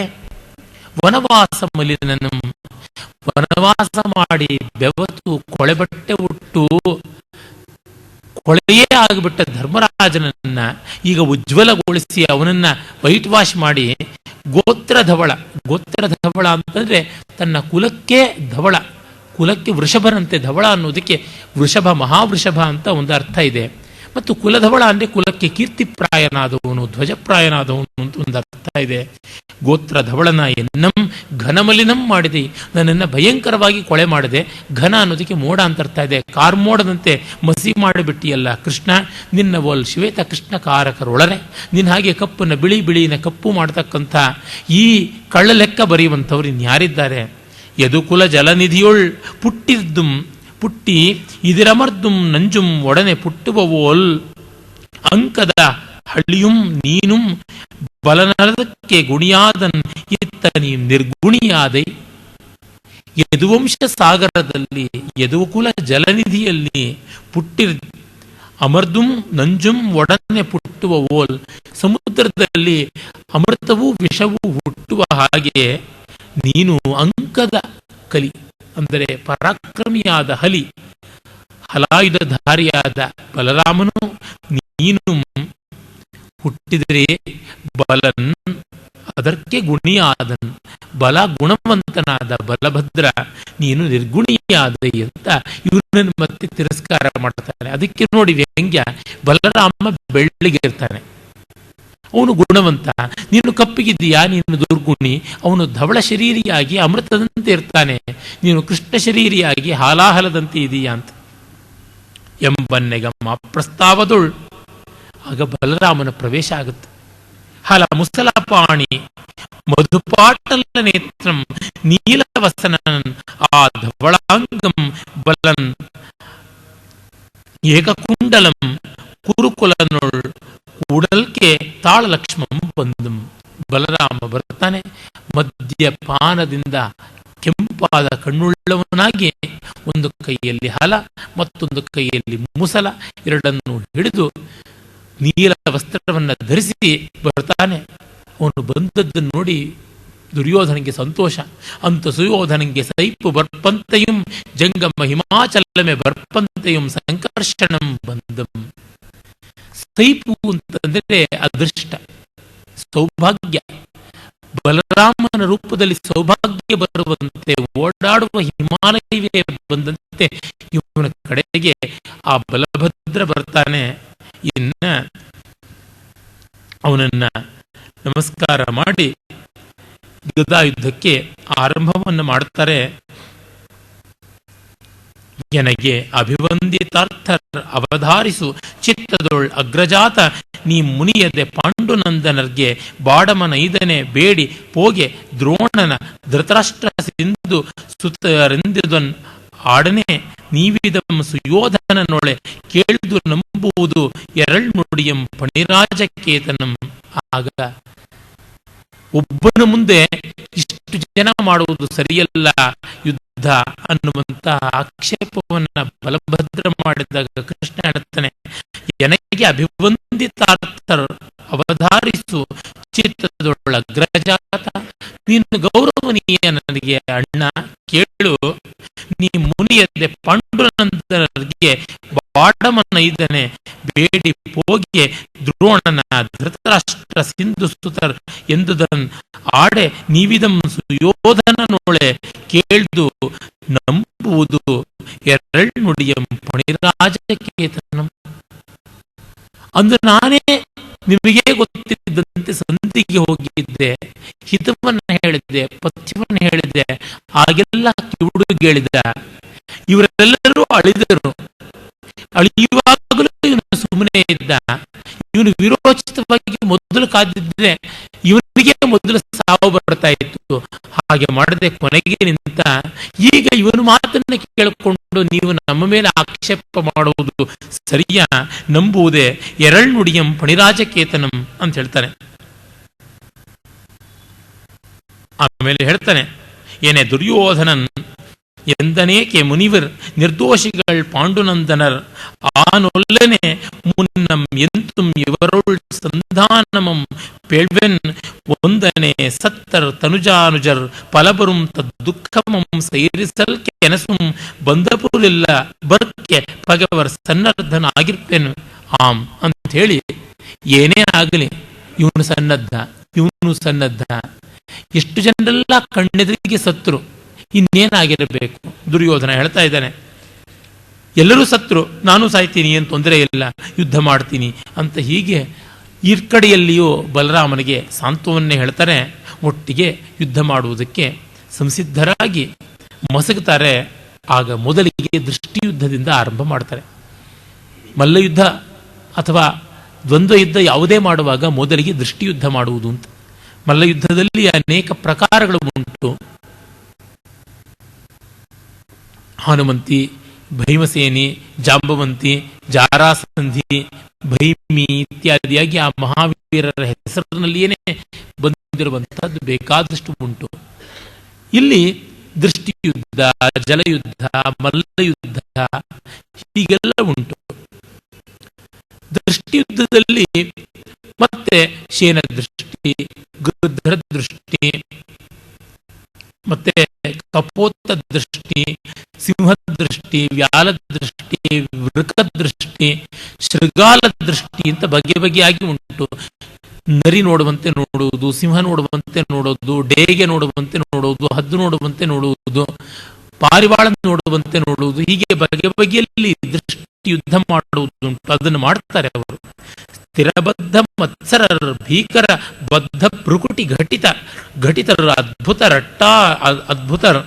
ಅಟ್ಟಾಸುರರ್ ಅಧಿಕ ಕೋಪ ಪಾಟಲ ಪುರುಷಕ್ಷಣರ್ ಎನಿಸಿ ದೃಷ್ಟಿಯುದ್ಧಂಗೈದರು. ಮಾತ್ಸರ್ಯವನ್ನು ತುಂಬಿಕೊಂಡು ಭೀಕರವಾಗಿ ಹುಬ್ಬನ್ನು ಗಂಟಾಕಿಕೊಂಡು ಅದ್ಭುತವಾಗಿ ದೇವಾಸುರ ಸಂಗ್ರಾಮದಲ್ಲಿ ಸೆಣಸುವ ಹಾಗೆ ಇವರು ಕೋಪದಿಂದ ಕೆಂಪಾದ ಕಣ್ಣುಗಳ ಮೂಲಕವೇ ಯುದ್ಧ ಮಾಡ್ತಾ ಇದ್ದಾರೆ. ದಶದೇವತೆಗಳಿಗೆ ಚಪಾಪ್ರಸೂನಮಂ ರಕ್ತಬಲಿಯುಮಂ ತಾಂ ಕುಡುವಂತೆಸರಿದ್ದರ್ ಕಡೆಗಣ್ಣೊಳ್ ಪಸರಿಸೆ ಕಡುಗೆಂಪು ಸಿಂಹ ಭುಜಗಧ್ವಜರ್. ಆ ಸಿಂಹ ಭುಜಗಧ್ವಜರ್, ಭೀಮ ಸಿಂಹಧ್ವಜ, ದುರ್ಯೋಧನ ಭುಜಗಧ್ವಜ ಅಂದರೆ ಸರ್ಪಧ್ವಜ. ಅವರಿಬ್ಬರು ದಿಗ್ದೇವತೆಗಳಿಗೆ ಜಪಾಪ್ರಸೂನಮಂ ಅಂದರೆ ನಮಗೆ ಗೊತ್ತಿರುವಂತೆ ಕೆಂದಾಸವಾಳ ಅದರ ರಕ್ತ ಬಲಿಯನ್ನ ಕೊಡುವಂತೆ ತಮ್ಮ ಕಣ್ಣೋಟವನ್ನ 8 ದಿಕ್ಕುಗಳಿಗೆ ಕೆಂಪಾದ ಕಣ್ಣುಗಳ ನೋಟವನ್ನ ಬೀರ್ತಾ ಇದ್ದಾರೆ ಅಂತ ಅನ್ನಿಸ್ತು ಅನ್ನುವ ರಮಣೀಯವಾದ ಉತ್ಪ್ರೇಕ್ಷಾಲಂಕಾರವನ್ನ ಕವಿ ಮಾಡ್ತಾನೆ. ಉರಿಯನ್ ಉಗುಳುವಂತೆ ಬಿಸುನೆತ್ತರ ನೆತ್ತಂ ಸೂಸುವಂತೆ ಬಿಚ್ಚನೆ ಬಿಟ್ಟಿರದೆರಡೂ ಕಣ್ಗಳೊಳ್ ಅವರೊಬ್ಬರನ್ನೊಬ್ಬರು ನುಂಗುವಂತೆ ನೋಡಿದರು ಎನಿಸು. ಪರಸ್ಪರ ನುಂಗುವ ಹಾಗೆ ಕಣ್ಣರಳಿಸಿಕೊಂಡು ಒಬ್ಬರ ಮೇಲೆ ಒಬ್ಬರು ಸೆಣಸಾಟವನ್ನು ಮಾಡಿಕೊಂಡು ನೋಡಿದರು ಅನ್ನುವಂಥ ಮಾತನ್ನ ಕವಿ ಹೇಳ್ತಾ ಇದ್ದಾನೆ. ಇಲ್ಲಿ ಮತ್ತೆ ನುಂಗುವಂತೆ ಇವೆಲ್ಲ ಉತ್ಪ್ರೇಕ್ಷಾಲಂಕಾರವೇ. ಉರಿಯನ್ನು ಉಗುಳುವಂತೆ ಅದು ಉತ್ಪ್ರೇಕ್ಷೆಯೇ. ಬಿಸುನೆತ್ತರಂ ಸೂಸುವಂತೆ ಬಿಸಿನೆತ್ತರನ್ನ ಸುರಿಸ್ತಾ ಇದ್ದಾರೋ ಅನ್ನುವಂತೆ ನೋಡಿದರು ಅಂತ. ಕಾವ್ಯ ಇದ್ದದ್ದನ್ನು ಹೇಳಿದ್ರೆ ಕಾವ್ಯವಾಗೋದಿಲ್ಲ, ಇರಬೇಕಾದ್ದನ್ನು ಹೇಳಿದ್ರೆ ಕಾವ್ಯವಾಗುತ್ತೆ. ಹಾಗಾಗಿ ಹಿರಿಯಣ್ಣನವರು ಹೇಳ್ತಾರೆ, poetry is not mere reality, it is something more valuable added to reality ಅಂತ. ಆ ಕಾರಣದಿಂದಲೇ ವಾಸ್ತವ ಚಿತ್ರಣ ಕೊಟ್ರೆ ಪ್ರೆಸ್ ರಿಪೋರ್ಟ್ ಅಂತ ಹೇಳ್ತಾರೆ. ಹಿಂದೆ ನನ್ನ ಸ್ನೇಹಿತರೊಬ್ಬರು ಬರೆದಂಥ ಒಂದು ಲೇಖನ ನೋಡುವುದಕ್ಕೆ ಸಿಕ್ಕಿತು. ಅವರು ಯಕ್ಷಗಾನದ ಬಗ್ಗೆ ಬರೀತಾ ಹೇಳ್ತಾರೆ, ಸರ್ಕಸ್ಸೇ ಕುಣಿತ ಅಂತ. ತಾಳಮದ್ದಳೆಯ ಅರ್ಥ ಕೇಳಿದ ಮೇಲೆ ಪತ್ರಿಕೆಯನ್ನು ಹೊತ್ತಿನದು ಓದಬೇಕಾಗಿಲ್ಲ ಅನ್ನುವಂತೆ ಮಾಡಿದರೆ ಅದು ಕಾವ್ಯವ ಅಂತ. ನ್ಯೂಸ್ ಪೇಪರ್ ಅಲ್ಲಿ ಇದ್ದದ್ದೆಲ್ಲ ಸಂವಾದದಲ್ಲಿ ಬಂದು ಬಿಟ್ರೆ ಹೇಗೆ ಕಾವ್ಯವಾಗುತ್ತದೆ? ಕಾವ್ಯ ಅಲೌಕಿಕವಾದದ್ದನ್ನು ಹೇಳಬೇಕು. ತುಂಬಾ ನಿಕಟ ವರ್ತಮಾನವನ್ನು ಹೇಳಿಬಿಟ್ರೆ ಅದು ಪತ್ರಿಕೆಯ ಹೇಳಿಕೆ ಆಗಿರ್ತದೆ, ಅದಕ್ಕಿಂತ ಮೇಲೆ ಹೋಗೋದಿಲ್ಲ. ಇವತ್ತು ಬೆಳಗ್ಗೆ ಕಾಫಿ ಜೊತೆಗೆ ಪತ್ರಿಕೆ ಇಲ್ಲದಿದ್ರೆ ಗಂಟಲ್ಲಿ ಕಾಫಿ ಇಳಿಯೋದಿಲ್ಲ, ಪೇಪರ್ ಓದದೇ ಇದ್ರೆ ದಿನವೆಲ್ಲ ಹಪಾಹಪಿ, ಬೆಳಗ್ಗೆ ಅಲ್ಲ ಸುಪ್ರಭಾತ ದುಷ್ಪ್ರಭಾತ ಆಗುತ್ತದೆ ಎನ್ನುವರು. ನಾಳೆ ಬೆಳಗ್ಗೆ ಅದೇ ನ್ಯೂಸ್ ಪೇಪರನ್ನು ಎಷ್ಟು ಚೆನ್ನಾಗಿ ಮುದ್ರಿಸಿ ಕೊಟ್ಟರು ಓದೋದಿಲ್ಲ. ಬೇಕಿಲ್ಲ, ನೆನ್ನೆಯ ಸುದ್ದಿ ರದ್ದಿ ಆಯ್ತಲ್ಲ. ಹಾಗಾಗಬಾರದು ಕಾವ್ಯ.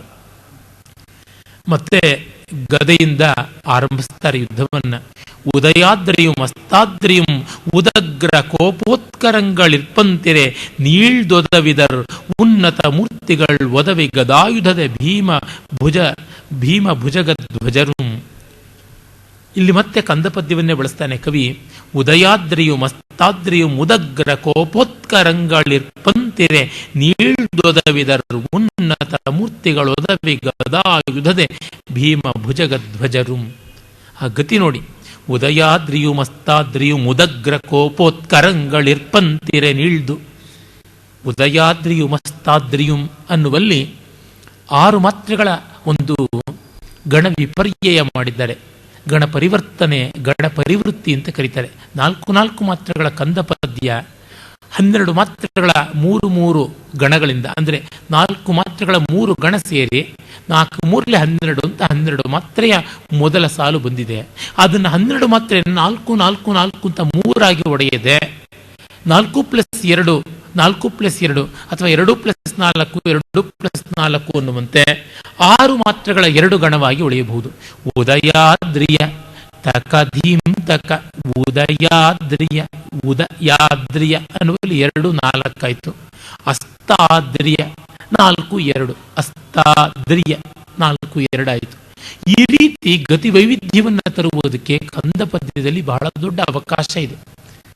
ಅದೇ ಅದು ಮೊದಲ ಸಾಲು ಪೂರ್ತಿ 4 ಮಾತ್ರೆಗಳ 3 ಗಣಕ್ಕೆ ಬದಲಾಗಿ 4 ಗಣಗಳು ಬಂದಿದ್ರೆ ಈ ವೈವಿಧ್ಯ ಬರೋಕ್ಕಾಗ್ತಿರ್ಲಿಲ್ಲ.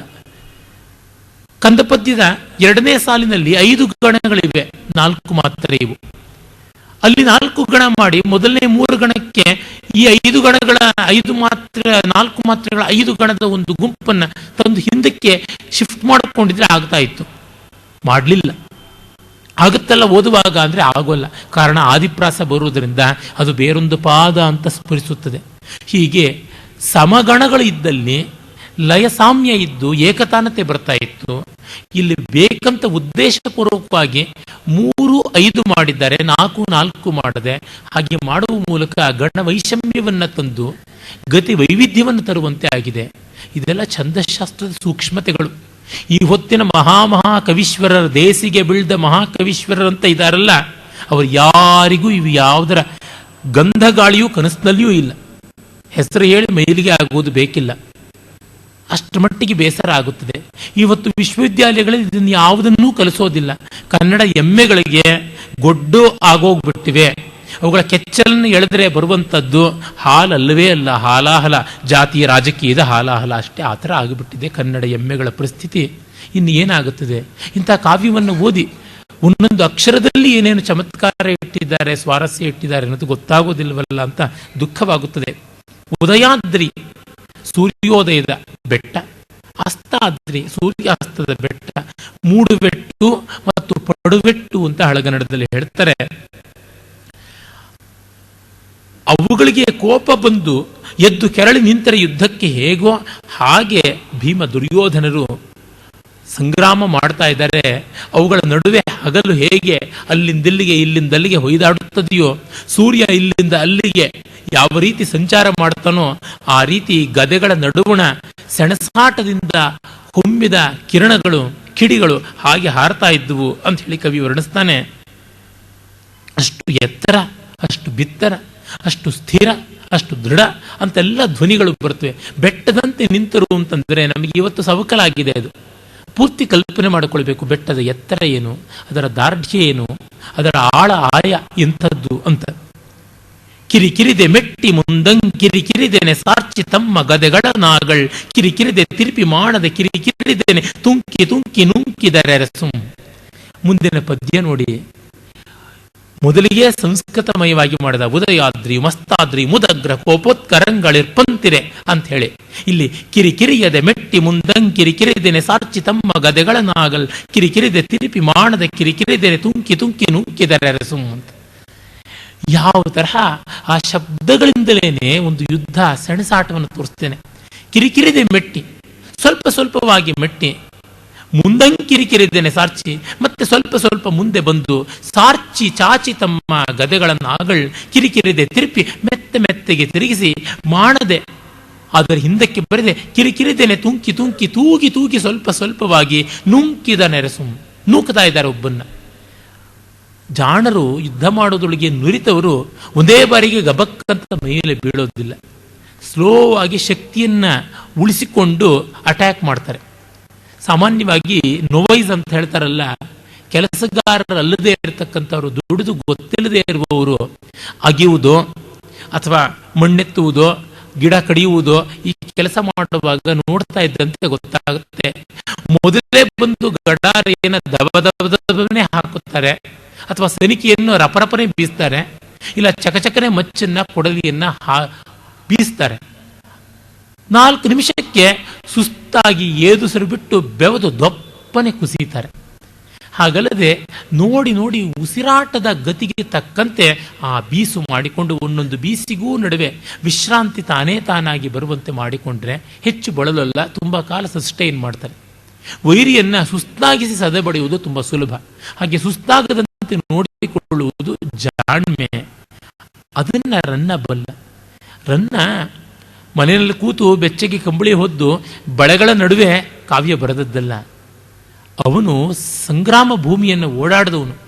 ಹೇಳಿ ಕೇಳಿ ಮಹಾದೊಡ್ಡ ವೀರ ವಿಕ್ರಮಿಯಾಗಿದ್ದಂಥ ನಮ್ಮ ಗಂಗರಾಜರ ಆ ಒಂದು ಕುಲಕ್ಕೆ ಅತಿ ನಿಕಟವಾಗಿದ್ದಂತಹ ಚಾವುಂಡರಾಯನಿಗೆ ಗೆಳೆಯ, ಜೀವದ ಗೆಳೆಯ. ಅವನು ಯುದ್ಧವನ್ನೆಲ್ಲ ಕಂಡವನು, ಓಡಾಡಿದವನು. ಆ ಫಸ್ಟ್ ಹ್ಯಾಂಡ್ ಇನ್ಫಾರ್ಮೇಶನ್ ಅನುಭವ ಅವನಿಗಿದೆ. ಹಾಗಾಗಿ ಬರಿತಾ ಇದ್ದಾನೆ ಈ ತರಹ: ಎಡದಡಿಯಂ ಪುಗಿಸುವ, ಬಲದಡಿಯಂ ಪೊರಗಿಡುವ, ದಂಡಯಂ ನಿಳ್ಕುವ, ಕೈ ನಡುಗದೆ ಗದೆಯಂ ಬೀಸುವ, ಬೆಡಂಗು ರಂಜಿಸಿತು ಭೀಮ ದುರ್ಯೋಧನರ. ಎಡದಡಿಯಂ ಪುಗಿಸುವ, ಎಡಗಾಲನ್ನ ಮುಂದೆ ಹಾಕುವ, ಬಲದಡಿಯಂ ಪೊರಗಿಡುವ, ಬಲಗಾಲನ್ನ ಹಿಂದಕ್ಕೆ ತರುವ. ಇದು ಆಲೀಡ ಭಂಗಿ ಅಂತಂತೀವಿ. ಅದನ್ನು ರಿವರ್ಸಲ್ ಮಾಡಿದ್ರೆ ಪ್ರತ್ಯಾಲೀಡ ಭಂಗಿ, ಅಟ್ಯಾಕ್ ಅಂಡ್ ಡಿಫೆನ್ಸ್, ಎರಡು ಸ್ಥಾನಗಳು.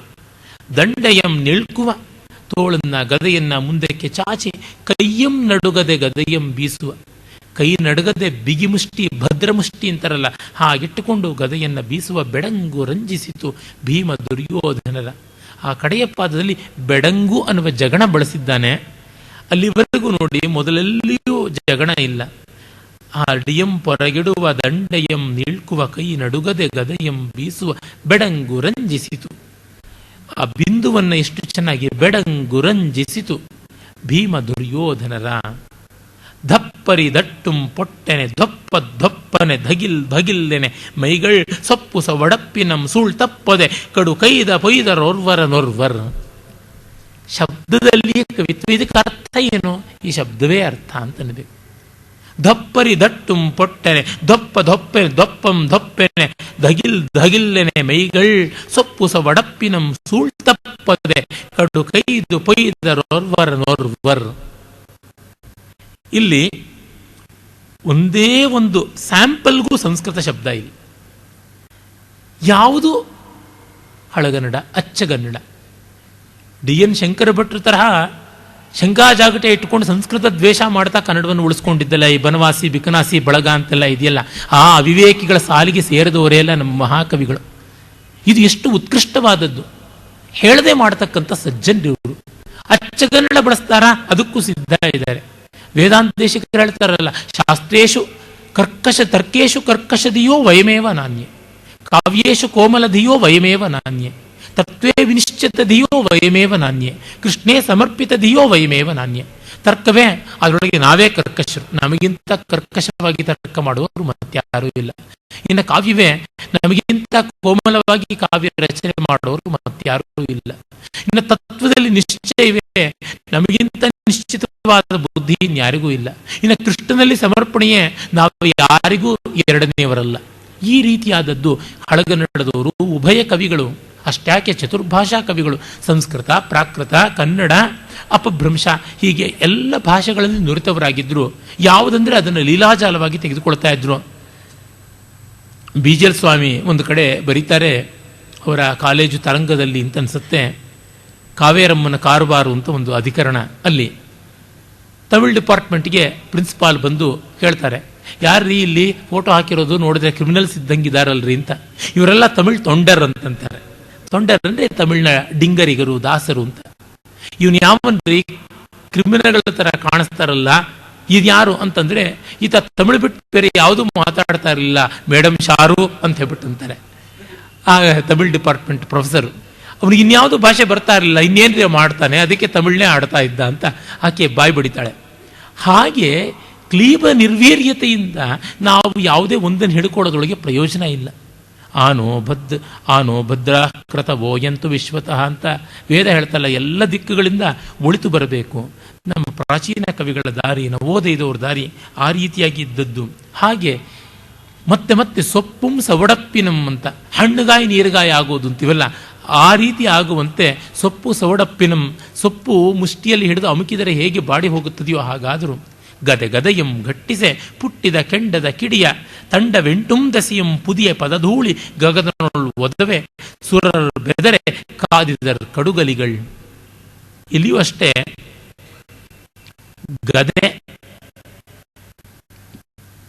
ಪದಧೂಳಿ, ದಸೆ, ದಿಶಾ ಅನ್ನೋದರ ತದ್ಭವ. ಪದಧೂಳಿ ಮತ್ತು ಗದೆ ಅನ್ನೋದು ಬಿಟ್ರೆ ಮತ್ತೆ ಸುರರ್ ಅನ್ನೋ ಶಬ್ದ, ಗಗನ ಅನ್ನುವ ಶಬ್ದ, ಈ ತರ ಒಂದು 4 ಶಬ್ದ ಬಿಟ್ರೆ ಇನ್ಯಾವುದೂ ಸಂಸ್ಕೃತವಿಲ್ಲ. ಇವುಗಳೆಲ್ಲ ಎಲ್ಲರಿಗೂ ಅರ್ಥವಾಗುವಂಥದ್ದು. ಈ ತರವೂ ಸರಳವಾಗಿ ಬರೀತಾರೆ. ಮುಂದೆ ನೋಡಿ ಆ ಪದ್ಯ ಎಂಥದ್ದು ಅಂತ ನೋಡಿ. ಈ ಪದ್ಯ ನೋಡೋಣ. ಗದೆ ಗದೆಯಂ ಗಟ್ಟಿಸೆ, ಗದೆ ಗದೆಗೆ ಹೊಡ್ಕೊಳ್ತು. ಆಗ ಪುಟ್ಟಿದ ಕೆಂಡದ ಕಿಡಿಯ ತಂಡ, ಆ ಕಿಡಿಗಳು ಉದರದವಲ್ಲ, ಅವು 8 ದೆಸೆಯಂ ಪುದಿಯ, ಅಷ್ಟ ದಿಕ್ಕುಗಳಿಗೂ ಆವರಿಸಿದಾಗ ಪದಧೂಳಿ ಗಗನದೊಳ್ ಒದವೆ. ಇವರು ಕಾಲಿಂದೆಬ್ಬಿಸಿದ ಧೂಳು ಆಕಾಶಕ್ಕೆ ಅಡರಿ ಸುರರ್ ಬೆದರೆ. ದೇವತೆಗಳು ಪಾಪ ಬಾಲ್ಕನಿಯ ಬಂಧುಗಳು ಇವರ ಸಂಗ್ರಾಮ ನೋಡಕ್ಕೆ ಬಂದಿದ್ದಾರೆ. ಯಾರಿಗೆ ಜಗಳ ಆಡೋಕ್ಕಾಗಲ್ವೋ ಅವ್ರು ಬೇರೆಯವ್ರ ಜಗಳ ನೋಡೋದ್ರೊಳಗೆ ಆಸಕ್ತಿ ವಹಿಸ್ತಾರೆ. ಪೀಪಿಂಗ್ ಟಾಮ್ಸ್ ಅಂತ ಕರೀಬಹುದು. ಹಾಗೆ ಅವರೆಲ್ಲ ಬಂದು ನಿಂತಿದ್ದಾರೆ. ಅವರಿಗೆ ಈ ಧೂಳಿಂದ ಸೀನು ಬಂತೋ, ಕೆಮ್ಮು ಬಂತೋ, ಕಣ್ಣುರಿ ಆಯ್ತೋ ಗೊತ್ತಿಲ್ಲ, ಅವರು ಬೆದರಿ ಹೋದ್ರು. ಕಾದಿದ್ದರ್ ಕಡುಗಲಿಗಳು. ಹೀಗೂ ಹೇಳ್ತಾನೆ ರನ್ನ. ವಾರಣ ರಕ್ತ ಸಿಕ್ತ ಮೃಗರಾಜ ಯುಗಕ್ಕೆ ನವ ಪ್ರಸೂನ ರಾಗಾರುಣ ಕಿಂಶುಕ ದ್ರುಮ ಯುಗಕ್ಕೆ ಸಧಾತುಕ ಮೃದ್ಯುಗಕ್ಕೆ ಸಿಂಧೂರಿತ ಗಂಧ ಸಿಂಧುರ ಯುಗಕ್ಕೆಣೆ ಎಂಬಿನ ಮುಣ್ಣಿ ಕಾದಿದರ್ ಕೌರವ ರಾಜನಂ ಕುರುಕುಲಾಂತಕನಂ ರುಧಿರಕ್ತ ಮೂರ್ತಿಗಳ್ ಅಂತೇಳಿ ವರ್ಣಿಸ್ತಾನೆ.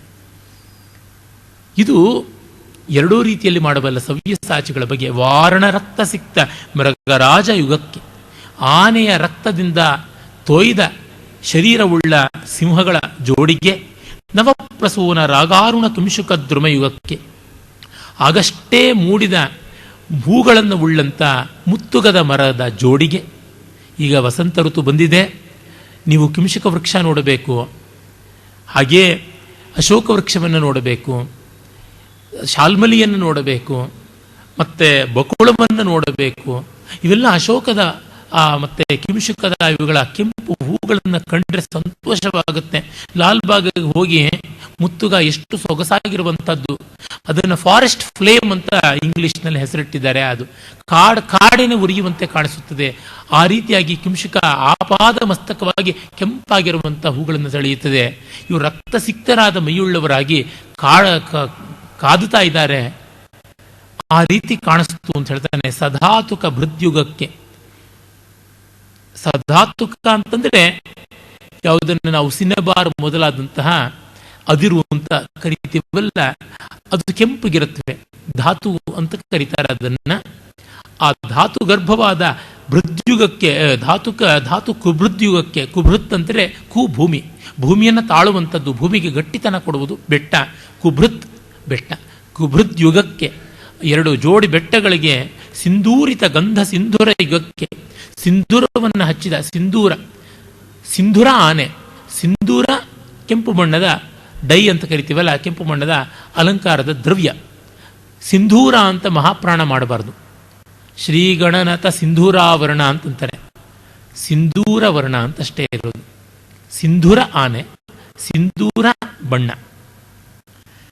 ಗಂಧ ಸಿಂಧೂರ ಅಂದರೆ ಮದಿಸಿದ ಆನೆಗಳು ಸಿಂಧೂರದಿಂದ ಅಲಂಕೃತವಾದಾಗ ಹೇಗೆ ತೋರುತ್ತವೋ, ಸೆಣಸಾಡಿದ್ರೆ ಹಾಗೆ ಎಂಬಿನ ಉಣ್ಮಿ ಕಾದಿದರ್ ಕೌರವ ರಾಜನು ಕುರುಕುಲಾಂತಕನು ರುಧಿರಕ್ತ ಮೂರ್ತಿಗಳು ರಕ್ತಸಿಕ್ತರಾಗಿ ಹೀಗೆ ಕಾದಿದ್ರು ಅಂತ ಒಂದು ಕಡೆ ಸಿಂಹಗಳ, ಇನ್ನೊಂದು ಕಡೆ ಕಿಂಶುಕ ವೃಕ್ಷಗಳ, ಮತ್ತೊಂದು ಕಡೆ ಬೆಟ್ಟಗಳ, ಇನ್ನೊಂದು ಕಡೆ ಆನೆಗಳ 4 ಹೋಲಿಕೆಗಳನ್ನು ಕೊಟ್ಟಿದ್ದಾನೆ. ಮಾಲಾ ಉಪಮೆ, ಮಾಲೋಪಮಾಲಂಕಾರ ಅಂತ ಕರೀಬಹುದು. ಈಗ ಅವರು ಹೊಡೆಯುವಾಗ ಮಾತಾಡುವ ರೀತಿ ನೋಡಿ, ಒಂದೊಂದು ಶಾಟ್ಗೆ ಒಂದೊಂದು ರೀತಿ ಮಾತಾಡ್ತಾರೆ. ನಮ್ಮಲ್ಲಿ ನೋಡ್ತೀವಿ, ಈ ಫುಟ್ಬಾಲಲ್ಲಿ, ಟೇಬಲ್ ಟೆನ್ನಿಸಲ್ಲಿ, ಶಟಲ್, ಬ್ಯಾಡ್ಮಿಂಟನ್, ಟೇಬಲ್ ಟೆನ್ನಿಸ್ ಇತ್ಯಾದಿಗಳಲ್ಲೆಲ್ಲ ಒಬ್ಬರು ಪರಸ್ಪರ ಇನ್ನೊಬ್ಬರನ್ನ ಡಿಮಾರಲೈಸ್ ಮಾಡಬೇಕು ಅಂತ ಹೇಗೆ ಅಂಗಚೆಷ್ಟೆ ಭಂಗಿಗಳಿಂದ ಅವ್ರನ್ನ ತಿವಿಯುವಂಥದ್ದು, ಅಲ್ಲಿ ಇಲ್ಲಿ ತನ್ನ ಚಪ್ಪಲಿಯನ್ನೋ ಬೂಟನ್ನೋ ಬ್ಯಾಟನ್ನೋ ಬೈಯುವ ನೆವದಿಂದ ಅನ್ಯಾಪದೇಶವಾಗಿ ಅವನನ್ನು ಮೂದಲಿಸುವುದು, ಇದೆಲ್ಲ ಉಂಟೇ ಉಂಟು. ಇವರಲ್ಲಿ ನೇರವಾಗಿ ಹೊಡ್ಕೊಳ್ತಾ ಇದ್ದಾರೆ. ಕರಿಯಂ ನುಂಗಿ ಕಳಿಂಗನಂ ನೊಣೆದ ದರ್ಪಕ್ಕೊಂದು ಕೊಳ್ಳ್ ಮತ್ ಸಹೋದರರಂ ಕೋಪದೆ ತಿಂದುದಕ್ಕೆರಡು ಕೊಳ್ಳ್ ದುಶ್ಯಾಸನೋರ ಸ್ಥಳ ಕ್ಷರದ ಸ್ರಾಂಬುವನ್ ಆರ್ದು ಪೀರ್ದ ಮುಳಿಸಿಂಗಂ ಮೂರು ಕೊಳ್ಳ್ ಎಂದು ಮತ್ಸರದಿಂದೋಪದೆ ಪೊಯ್ದನ್ ಎತ್ತಿ ಗದಯಂ ದುರ್ಯೋಧನಂ ಭೀಮನಂ. ಬರೆದರೆ ಹೀಗೆ ಬರೀಬೇಕು ಪದ್ಯ. ನನ್ನ ಪದ್ಯಗಳನ್ನು ಓದುವಾಗ ಮಾತ್ರ ಒಂದೊಂದು ಬಾರಿಯೂ ಎಷ್ಟು ಸಲೀಸಾಗಿ ಬರೆದಿದ್ದಾನೆ ಅನ್ಸುತ್ತೆ. ಈ ಥರ ಪದ್ಯ ಬರೆಯೋದು ಕಷ್ಟ. ಸ್ವಾನುಭವದಿಂದ ಹೇಳ್ತೀನಿ, ಈ ಶೈಲಿ ತುಂಬಾ ರಮಣೀಯ, ಸುಬೋಧ, ಪ್ರಸನ್ನ ಗಂಭೀರವಾದ ಶೈಲಿ, ಓಜಸ್ವಿಯಾದ ಪಾಂಚಾಲಿ ಶೈಲಿ. ಇದು ಗೌಡಿ ಶೈಲಿಯೂ ಅಲ್ಲ, ವೈದರ್ಭಿ ಶೈಲಿಯೂ ಅಲ್ಲ, ಮಧ್ಯಮವಾದ ಬಾಣಭಟ್ಟನ ಪಾಂಚಾಲಿ ಶೈಲಿ. ತುಂಬ ಸೊಗಸಾಗಿದೆ. ಪಾಂಚಾಲಿ ಪರಾಭವಕ್ಕೆ ಪ್ರತಿಕಾರ ಮಾಡುವ ಭೀಮಸೇನನ ಶೈಲಿ ಅಂತ ಇರುವಂಥದ್ದು ಈ ಪಾಂಚಾಲಿ ಶೈಲಿ. ಆದರೆ ಈ ಥರ ಪದ್ಯ ಬರೆಯೋದು ಕಷ್ಟ. ವ್ಯರ್ಥ ಪದ ಒಂದೂ ಇಲ್ಲದೆ, ಜಾಳಾಗದೆ, ಓಜಸ್ಸಿಗೆ ಕೊರತೆಯಾಗದೆ, ಅರ್ಥವ್ಯಕ್ತಿಗೆ ಕಷ್ಟವಾಗದೆ ಬರೆಯುವಂಥದ್ದು ತುಂಬಾ ತುಂಬಾ ಕಷ್ಟ. ಅರ್ಥವ್ಯಕ್ತಿಯ ತಿಳಿತನ ಬಂದರೆ ಅದನ್ನ ನಿಜವಾಗಿ ಕಾವ್ಯದ ಮಹಾಗುಣ ಅಂತ ಕರೆಯಬೇಕಾಗುತ್ತದೆ. ಕರಿಯಂ ನುಂಗಿ ಆನೆಯನ್ನ ಕೊಂದದ್ದು ಯಾವಾಗ? ಭೀಮ.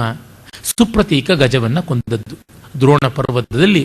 ನಮಗೆ ಗೊತ್ತಾಗುತ್ತದೆ, ಭಗದತ್ತ ಯಾವ ಕಾಮರೂಪದಿಂದ ಪ್ರಾಗ್ಜ್ಯೋತಿಷಪುರದಿಂದ ಬಂದವನು, ನರಕಾಸುರನ ಮಗ, ಅವನ ಆನೆ ಒಂದು ಸೇನೆ ಮಾಡುವಷ್ಟು ಹಾಳು ಮಾಡ್ತಾ ಇದ್ದಾಗ ಅದನ್ನು ಕೊಂದಿದ್ದು. ಆ ಆನೆಯಿಂದ ದುರ್ಯೋಧನಿಗೆ ನಷ್ಟವಾಯಿತು. ಅದಕ್ಕಾಗಿ ಕರಿಯಂ ನುಂಗಿ ಕಳಿಂಗನಂ ನೊಣೆದ ದರ್ಪಕ್ಕೆ. ಕಳಿಂಗ ಯಾರು? ಮಹಾಭಾರತದಲ್ಲಿ ಕಳಿಕ ನೀತಿ ಅಥವಾ ಕಳಿಂಗ ನೀತಿ ಅಂತ ಬರುತ್ತೆ. ಕಣಿಕ ಅಥವಾ ಕಳಿಂಗ ಅಂತ ಒಬ್ಬ ಮಂತ್ರಿ ಇದ್ದ. ಅವನು ಗಂಧಾರ ದೇಶದಿಂದ ಬಂದಿದ್ದ. ಆತ ಶಕುನಿಯ ಚೇಲ, ಬೈ ಪ್ರಾಡಕ್ಟ್ ಶಕುನಿಗೆ.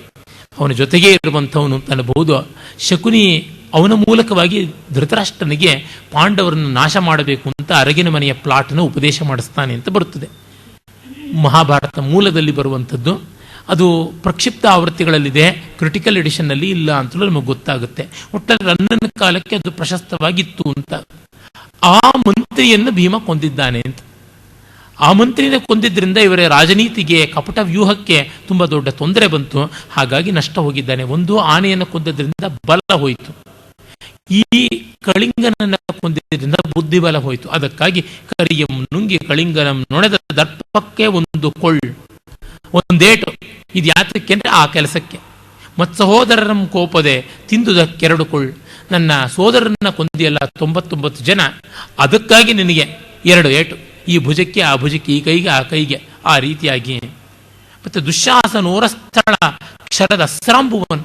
ಕ್ಷರ ಸುರಿತಾ ಇರತಕ್ಕಂಥ ಅಸ್ರ, ರಕ್ತದ ಅಂಬು, ಸಲಿಲ ರಕ್ತ ತೀರ್ಥವನ್ನ ಹೀರಿದೆಯಲ್ಲ, ಅದಕ್ಕೆ ಮುಳಿಸಿಂಗಂ, ಅದು ಕೊಂದ ಪಾತಕಕ್ಕೆ, ಆ ರೋಷಕ್ಕೆ ಇದು 3 ಕೊಳ್ಳ್, 1 2 3 ಅಂತ ಬಡಿತಾ ಇದ್ದಾನೆ ಎಂದು ಮತ್ಸರದಿಂದೋಪದೆ ಹಿಂದು ಮುಂದೆ ನೋಡದೆ ದಯಾ ದಾಕ್ಷಿಣ್ಯಗಳಿಲ್ಲದೆ ಪೊಯ್ದನ್ ಎತ್ತಿ ಗದಯಂ ದುರ್ಯೋಧನಂ ಭೀಮನಂ. ದುರ್ಯೋಧನ ಭೀಮನನ್ನ ಬಡಿತಾ ಇದ್ದಾನೆ ಹೀಗೆ ಅಂತ ಹೇಳ್ತಾನೆ. ಇದು ಒಳ್ಳೆ ಮತ್ತೇಭವಿಕ್ರೀಡಿತ ಛಂದಸ್ಸು. ಇದನ್ನು ಮೆಟ್ಟುವಂತ ಪ್ರೌಢಿಮೆಯುಳ್ಳ ಛಂದಸ್ಸು ಮಹಾಶ್ರದ್ಧರೆ ಎಂದು ಮುಟ್ಟಿ ಮೂದಲಿಸೇ ಹೇಳ್ತಾನೆ ಇವನು. ಇದು ಲಕ್ಷಾಗೇಹ ದಾಹಕ್ಕೆ, ಇದು ವಿಷಮ ವಿಷಾನ್ನಕ್ಕಿಕ್ಕಿದ ನಾಡಜೂರಿಂಗೆ, ಇದು ಪಂಚಾಲಿ ಪ್ರಪಂಚಕ್ಕೆ, ಇದು ಕೃತಕ ಸಭಾಳೋಕನ ಭ್ರಾಂತಿಗೆ ಎಂದೋವದೆ ಪೊಯ್ದಂ ಕಾಲ್ಗಳಂ ತೋಳ್ಗಳಂ ಉರಮಂ ಕೆನ್ನೆಯಂ ನೆತ್ತಿಯಂ ಕೋಪದಿನ್ 5 ದುರ್ನಯಕ್ಕೆ 5 ಅಡೆಯನ್ ಉರು ಗದಾ ದಂಡದಿಂ ಭೀಮಸೇನಂ. ಇದು ಲಕ್ಷಾಗೇಹ ದಾಹಕ್ಕೆ, ಇದು ನಮ್ಮನ್ನು ಅರಗಿನ ಮನೆಯಲ್ಲಿ ಸುಟ್ಟಿದ್ದಕ್ಕೆ ಅಂತ ಒಂದು. ಇದು ವಿಷಮ ವಿಷಾನ್ನಕ್ಕೆ, ಇದು ನನಗೆ ಹಾಕಿದೆಯಲ್ಲ ವಿಷಾನ್ನ, ಅದಕ್ಕೆ. ನಾಡಜೂದಿಂಗೆ, ನಾಡಜೂದು ಅಂದರೆ ಮೋಸ. ನಾಡಜೂಜು ಅಂತನ್ನುವಲ್ಲಿ ಈ ಹಳ್ಳಿ ಜಗಳ ಅಂತೀವಿ, ಊರು ಕೇರಿ ಕಲಹ ಅಂತೀವಿ. ಈ ಥರ ಊರು ಕೇರಿ ಹಳ್ಳಿ ಇವುಗಳನ್ನೆಲ್ಲ ಕೆಲವು ಶಬ್ದಗಳ ಜೊತೆಗೆ ಸೇರಿಸಿದಾಗ ಮೋಸ ಅಂತ. ಎಸ್ಪೆಷಲಿ ಊರು ಕೇರಿ ಎನ್ನುವಲ್ಲಿ ನಗರ ಜನ ಹೆಚ್ಚಿದ್ದಲ್ಲಿ ಮೋಸ ಅಂತ. ಈ ರೀತಿಯಾದಂಥದ್ದು, ಅದಕ್ಕೆ ಆ ಶಬ್ದ ನಾಡಜೂಜು ಅಂತ. ಪಂಚಾಲಿ ಪ್ರಪಂಚಕ್ಕೆ, ದ್ರೌಪದಿಗೆ ಏನೆಲ್ಲ ಮಾಡೋದಿಲ್ಲ ಅಲ್ಲಿ ನೋಡಿ ವಾಚ್ಯ ಮಾಡೋಲ್ಲ. ಪಂಚಾಲಿ ಕೇಶಾಂಬರ ಅಪಕರ್ಷಣ ಅಂತ ಹೇಳೋಲ್ಲ. ತನ್ನ ಹೆಂಡತಿಗೆ ಅವಮಾನ ಆಯಿತು ಅನ್ನೋದು ಬಾಯ್ಬಿಟ್ಟು ಹೇಳೋದು ಹೇಗೆ? ಅದಕ್ಕಾಗಿ ಇದು ಪಂಚಾಲಿ ಪ್ರಪಂಚಕ್ಕೆ, ಕೃತಕ ಸಭಾಳೋಕನ ಭ್ರಾಂತಿಗೆ, ಮೈಸಬೇನ ಕಣ್ಣು ಮೂಗು ಬಾಯಿ ಬಿಟ್ಟುಕೊಂಡು ಬಿಲ್ಲುಂ ಬೆರಗಾಗಿ ನೋಡಿಯೇ ನೀರಿದ್ದಲ್ಲಿ ನೆಲ ಅಂತ, ನೆಲವಿದ್ದಲ್ಲಿ ನೀರು ಅಂತ, ಪಂಚೆ ಎತ್ತಿ ಜಾರಿ ಬಿಟ್ಟು, ಗೋಡೆ ಇದ್ದಲ್ಲಿ ಬಾಗಿಲು, ಬಾಗಿಲಿದ್ದಲ್ಲಿ ಗೋಡೆ ಅಂತ ಮುಖಮೂತಿಯನ್ನೆಲ್ಲ ಗುದ್ದಿಸಿಕೊಂಡಿಯಲ್ಲ, ಆ ಗೇಲಿಗೆ ಉಂಟಾದ ಅವಮಾನ ಇಂಥದ್ದಿದೆ, ಅದರಿಂದ ನಮ್ಮ ಮೇಲೆ ಮತ್ಸರ ಸಾಧಿಸಿದೆಯಲ್ಲ, ಅದಕ್ಕೆ ಇದು ಅಂತ ಹೇಳ್ತಾನೆ. ಎಂದು ಓವದೆ ಹಿಂದು ಮುಂದೆ ನೋಡದೆ ಪೊಯ್ದಂ ಕಾಲ್ಗಳಂ ತೋಳ್ಗಳಂ ಉರಮಂ ಕೆನ್ನೆಯಂ ನೆತ್ತಿಯಂ ವದನಮಂ ಎಲ್ಲವನ್ನು ಬಡಿದು ಮತ್ತೆ ಕೋಪದಿನ್ ಐದುಂ ದುರ್ನಯಕ್ಕೂ ಈ ಎಲ್ಲ ಪಾತಕಕ್ಕೂ ಅಂತ 5 ಜಾಗಗಳಲ್ಲಿಯೂ ಕೆನ್ನೆ, ಕೈ, ಕಾಲು, ಎದೆ, ತಲೆ ಅಷ್ಟಕ್ಕೂ ಬಡಿತಾ ಇದ್ದೀನಿ ಅಂತಂತಾನೆ ಭೀಮಸೇನ. ಗದಾಯುದ್ಧದಲ್ಲಿ ನಾಭಿಯಿಂದ ಕೆಳಕ್ಕೆ ಹೊಡೆಯಬಾರದು ಅಂತ ನಿಯಮ ಇದೆ. ಇಲ್ಲಿ ಹೊಡೆದನಲ್ಲ ಅಂದ್ರೆ ರನ್ನ ಮರೆತಿದ್ದಾನೆ ಆ ನಿಯಮ ಅಂತ ಅನ್ಬೇಕು. ಇವನ್ ಹೋಮರ್ ನಾಡ್ಸ್. ಚರಣಾಕ್ರಾಂತಂ ಮಹೀಮಂಡಲಂ ಅದಿರೆ ಭುಜಾಕ್ರಾಂತಂ ಆಶಾ ಗಜೇಂದ್ರೋತ್ಕರಂ ಆಶಾ ಭಿತ್ತಿಯಿಂದಂ ಪೆರದೆಗಿಯ ಗದಾಕ್ರಾಂತ ಮುದ್ಭ್ರಾಂತ ವಿದ್ಯಾಧರ ಚಕ್ರಂ ಗೆಂಟಾಗಿರಿಸೆ ನಿಜ ವಿಮಾನಂಗಳಂ ಭೈರವಾಡಂಬರಂ ಆಕಲ್ಪಾಂತ ಕಾಲಂ ನೆಗಳದುದು ಸಮರಂ ಭೀಮ ದುರ್ಯೋಧನೀಯಂ. ಏನು ಶಬ್ದಗಳು ಬಳಸ್ತಾನೆ. ಚರಣಾಕ್ರಾಂತಂ ಮಹೀಮಂಡಲಂ ಅದಿರೆ, ಇವರ ಕಾಲಪ್ಪಳಿಕೆಗೆ ನೆಲ ಅಲ್ಲಾಡ್ತಾ ಇದೆ. ಭುಜಾಕ್ರಾಂತಂ ಆಶಾ ಗಜೇಂದ್ರೋತ್ಕರಂ ಆಶಾ ಭಿತ್ತಿಯಿಂದಂ ಪೆರದೆಗಿಯೆ, ಇವರು ತೋಳುಗಳನ್ನು ಬೀಸ್ತಾ ಇದ್ರೆ ದಿಕ್ಕುಗಳು ಪಾಪ ಹಿಂದಕ್ಕೆ ಹೋಗ್ತಾ ಇದ್ರೆ ಅವುಗಳನ್ನು ಹೊತ್ತಿರತಕ್ಕಂತಹ ದಿಗ್ಗಜಗಳಿಗೆ ತಾವು ಹೊತ್ತಿರುವ ದಿಕ್ಕುಗಳು ದೂರ ಹೋಗ್ತಾ ಇವೆ ಅಂತ ಅವುಗಳನ್ನು ಅನುಸರಿಸಿ ಅವರು ದೂರ ಹೋಗ್ತಾ ಇದ್ರೆ, ಗದಾಕ್ರಾಂತ ಮುದ್ಭ್ರಾಂತ ವಿದ್ಯಾಧರ ಚಕ್ರಂ ಗೆಂಟಾಗಿರಸೆ ನಿಜ ವಿಮಾನಗಳು, ಗದೆ ಬೀಸ್ತಾ ಇದ್ರೆ ಆಕಾಶದಲ್ಲಿರ್ತಕ್ಕಂಥ ವಿದ್ಯಾಧರರು ದೇದೀಪ್ಯಮಾನವಾದ ಆ ವಿಮಾನಗಳನ್ನು ಹತ್ತಿ ಬಂದವರು ಅದು ಅಸ್ತವ್ಯಸ್ತವಾಗಿ ದೂರ ಹೋಗ್ತಾ ಇದ್ರೆ, ಭೈರವಾಡಂಬರಂ ಆಕಲ್ಪಂತ ಕಾಲಂ ನೆಗಳದುದು, ಭಯಾನಕವಾದ ಇವರ ಆಡಂಬರ ಕಲ್ಪ ಅನಲ್ಪವಾಗಿ ನಾಶ ಮಾಡೋದಕ್ಕೆ ಬಂದಂಥ ಕಾಲ ಅಂದರೆ ಪ್ರಳಯ ಕಾಲವೋ ಎಂಬಂತೆ ಆದ ಆ ಸಂದರ್ಭದಲ್ಲಿ ಭೀಮ ದುರ್ಯೋಧನೀಯಂ ಸಮರಂ ನೆಗಳದುದು, ಭೀಮ ದುರ್ಯೋಧನರ ಸಂಗ್ರಾಮ ಖ್ಯಾತಿವೆತ್ತದ್ದು ಅಂತ ಕವಿ ಹೇಳ್ತಾ ಇದ್ದಾನೆ. ಇಷ್ಟು ಆಡಂಬರದಿಂದ ಸಂಸ್ಕೃತಮಯವಾದ ಮಹಾಶ್ರದ್ಧರೆಯಲ್ಲಿ ಒಂದು ಪದ್ಯ ಹೇಳಿದ ಮೇಲೆ ತಿಳಿಗನ್ನಡದಲ್ಲಿ ಚಂಪಕಮಾಲೆ ಒಂದನ್ನು ಬರೀತಾನೆ. ನೆಲೆಸಿದ ಬಿನ್ನಣಂ ಸೆಣಸಿ ಬಿನ್ನಣಮಂ ಗೆಲೆ ಕಾಣ್ಕೆ ಕಾಣ್ಕೆಯಂ ಗೆಲೆ ಜವಮಂ ಜವಂ ಗೆಲೆ ಬಲಮಂ ಬಲಂ ಬಲಂ ಬಲಮಂ ಗೆಲೆ ದಂಡೆ ದಂಡೆಯಂ ಗೆಲೆ ಮುಣಿಸುಣ್ಮಿ ಪೊಣ್ಮಿ ಮುಳಿಸಂ ಗೆಲೆ ಸತ್ವದಳುರ್ಕೆ ಸತ್ವಮಂ ಗೆಲೆ ಗೆಲ್ಲಲಾರ್ತರಿಲ್ಲ ಕುರು ಪಾಂಡು ತನೂಭವರ್ ಒರ್ವರ್ ಉರ್ವರುಂ. ನೆಲೆಸಿದ ಬಿನ್ನಣಂ ಸೆಣಸಿ ಬಿನ್ನಣಮಂ ಗೆಲೆ, ಒಬ್ಬರೊಬ್ಬರ ಭಿನ್ನಾಣ ಅಂದರೆ ಆ ಯುದ್ಧದ ರೀತಿ ಏನಿದೆ ಅದು ಒಬ್ಬರದು ಇನ್ನೊಬ್ಬರನ್ನ ಗೆಲ್ತಾ ಇದೆ. ಕಾಣ್ಕೆಯಂ ಗೆಲೆ, ಒಬ್ಬರ ನೋಟ ಇನ್ನೊಬ್ಬರ ನೋಟ ದೃಷ್ಟಿ ಯುದ್ಧ ಗೆಲ್ತಾ ಇದೆ. ಜವಮಂ ಜವಂ ಗೆಲೆ, ಒಬ್ಬರ ವೇಗ ಮತ್ತೊಬ್ಬರ ವೇಗವನ್ನು ಗೆದ್ದಿದೆ. ಬಲಂ ಬಲಮಂ ಗೆಲೆ, ಒಬ್ಬರ ಬಲ ಮತ್ತೊಬ್ಬರ ಬಲವನ್ನು ಗೆಲ್ತಾ ಇದೆ. ದಂಡೆ ದಂಡೆಯಂ ಗೆಲೆ, ತೋಳನ್ನು ಗೆಲ್ತಾ ಇದೆ. ಮುಳಿಸು ಉಣ್ಮಿ ಮುಳಿಸಂ ಹೊಣ್ಮಿ ಮುಳಿಸಂ ಗೆಲೆ, ಒಬ್ಬರ ಕೋಪ ಮತ್ತೊಬ್ಬರ ಕೋಪವನ್ನು ಹೊಮ್ಮಿ ಗೆಲ್ತಾ ಇದೆ. ಸತ್ವದಳುರ್ಕೆ ಸತ್ವಮಂ ಗೆಲೆ, ಒಬ್ಬರ ಶಕ್ತಿ ಇನ್ನೊಬ್ಬರ ಶಕ್ತಿಯನ್ನು ಗೆಲ್ತಾ ಇದೆ. ಆದರೂ ಗೆಲ್ಲಲಾರ್ತರಿಲ್ಲ ಕುರುಪಾಂಡು ತನೂಭವರೋರ್ವರೋರ್ವರಂ.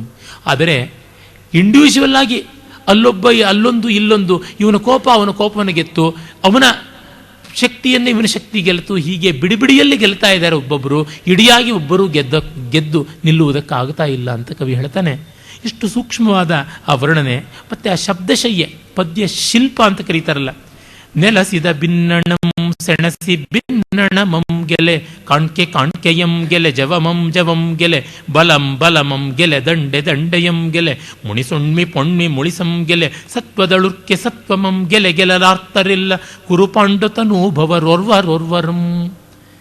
ಶಬ್ದಗಳು ಎಷ್ಟು ಜೋಡಿ ಜೋಡಿಯಾಗಿ ಬರುತ್ತವೆ. ಈ ರೀತಿ ಪದ್ಯ ಬರೆಯುವುದು ಇದು ಒಂದು ಪದ್ಯ ಶಿಲ್ಪ, ಇದು ಒಂದು ಪದ್ಯ ರಚನಾ ವೈಶದ್ಯ, ಇದು ಪದ್ಯ ರಚನಾ ವೈದಗ್ಧ್ಯ, ಇದು ಪದ್ಯ ರಚನಾ ಕೌವಿದ್ಯ ಅಂತ ಕರೀಬಹುದು, ಕೋವಿದತ್ವ. ಎಷ್ಟು ಚೆನ್ನಾಗಿ ಮಾಡ್ತಾರೆ. ಇವತ್ತು ಹೊಸಗನ್ನಡದಲ್ಲಿ ಇದಕ್ಕೆಲ್ಲ ಎಲ್ಲಿದೆ ಆಸ್ಪದ? ಪದ್ಯ ರಚನೆಯಲ್ಲಿ ಏನೂ ಇಲ್ಲ. ಅದಕ್ಕೆ ಕವಿ ಬರೆದ ಜಾತಿ ಯಾವುದು, ಅವನು ಯಾವ ಸಮಾಜವನ್ನು ಗುರಿಯಾಗಿಟ್ಟುಕೊಂಡಿದ್ದಾನೆ, ಅವನು ಯಾವ ಪಾಶ್ಚಾತ್ಯರಿಂದ ಕದ್ದಿದ್ದಾನೆ, ಅದನ್ನು ಹೇಗೆ ಮುಚ್ಚಿಡಬೇಕು, ಈ ರೀತಿಯಾದಂಥ ವ್ಯರ್ಥ ಪ್ರಯಾಸದಲ್ಲಿ ತೊಡಗಿದ್ದಾರೆ. ಕೆಲಸವಿಲ್ಲದಂಥ ಬಡಗಿ ಏನೋ ಕೆತ್ತದನಂತೆ ಹಾಗಾಯಿತು. ಕವಿಯ ನಿರ್ಮಾಣದ ಆ ಒಂದು ಸ್ಟ್ರಕ್ಚರ್ನಲ್ಲಿ ಏನಿದೆ ಅಂತ ನೋಡುವುದಕ್ಕೆ ಎಷ್ಟು ಅವಕಾಶ ಉಂಟು. ಆಮೇಲೆ ಕೌರವನ ಆಟಾಟೋಪಕ್ಕೆ ಅಳುಕಿ ಭೀಮ ಮೂರ್ಛೆ ಹೋಗ್ಬಿಡ್ತಾನೆ.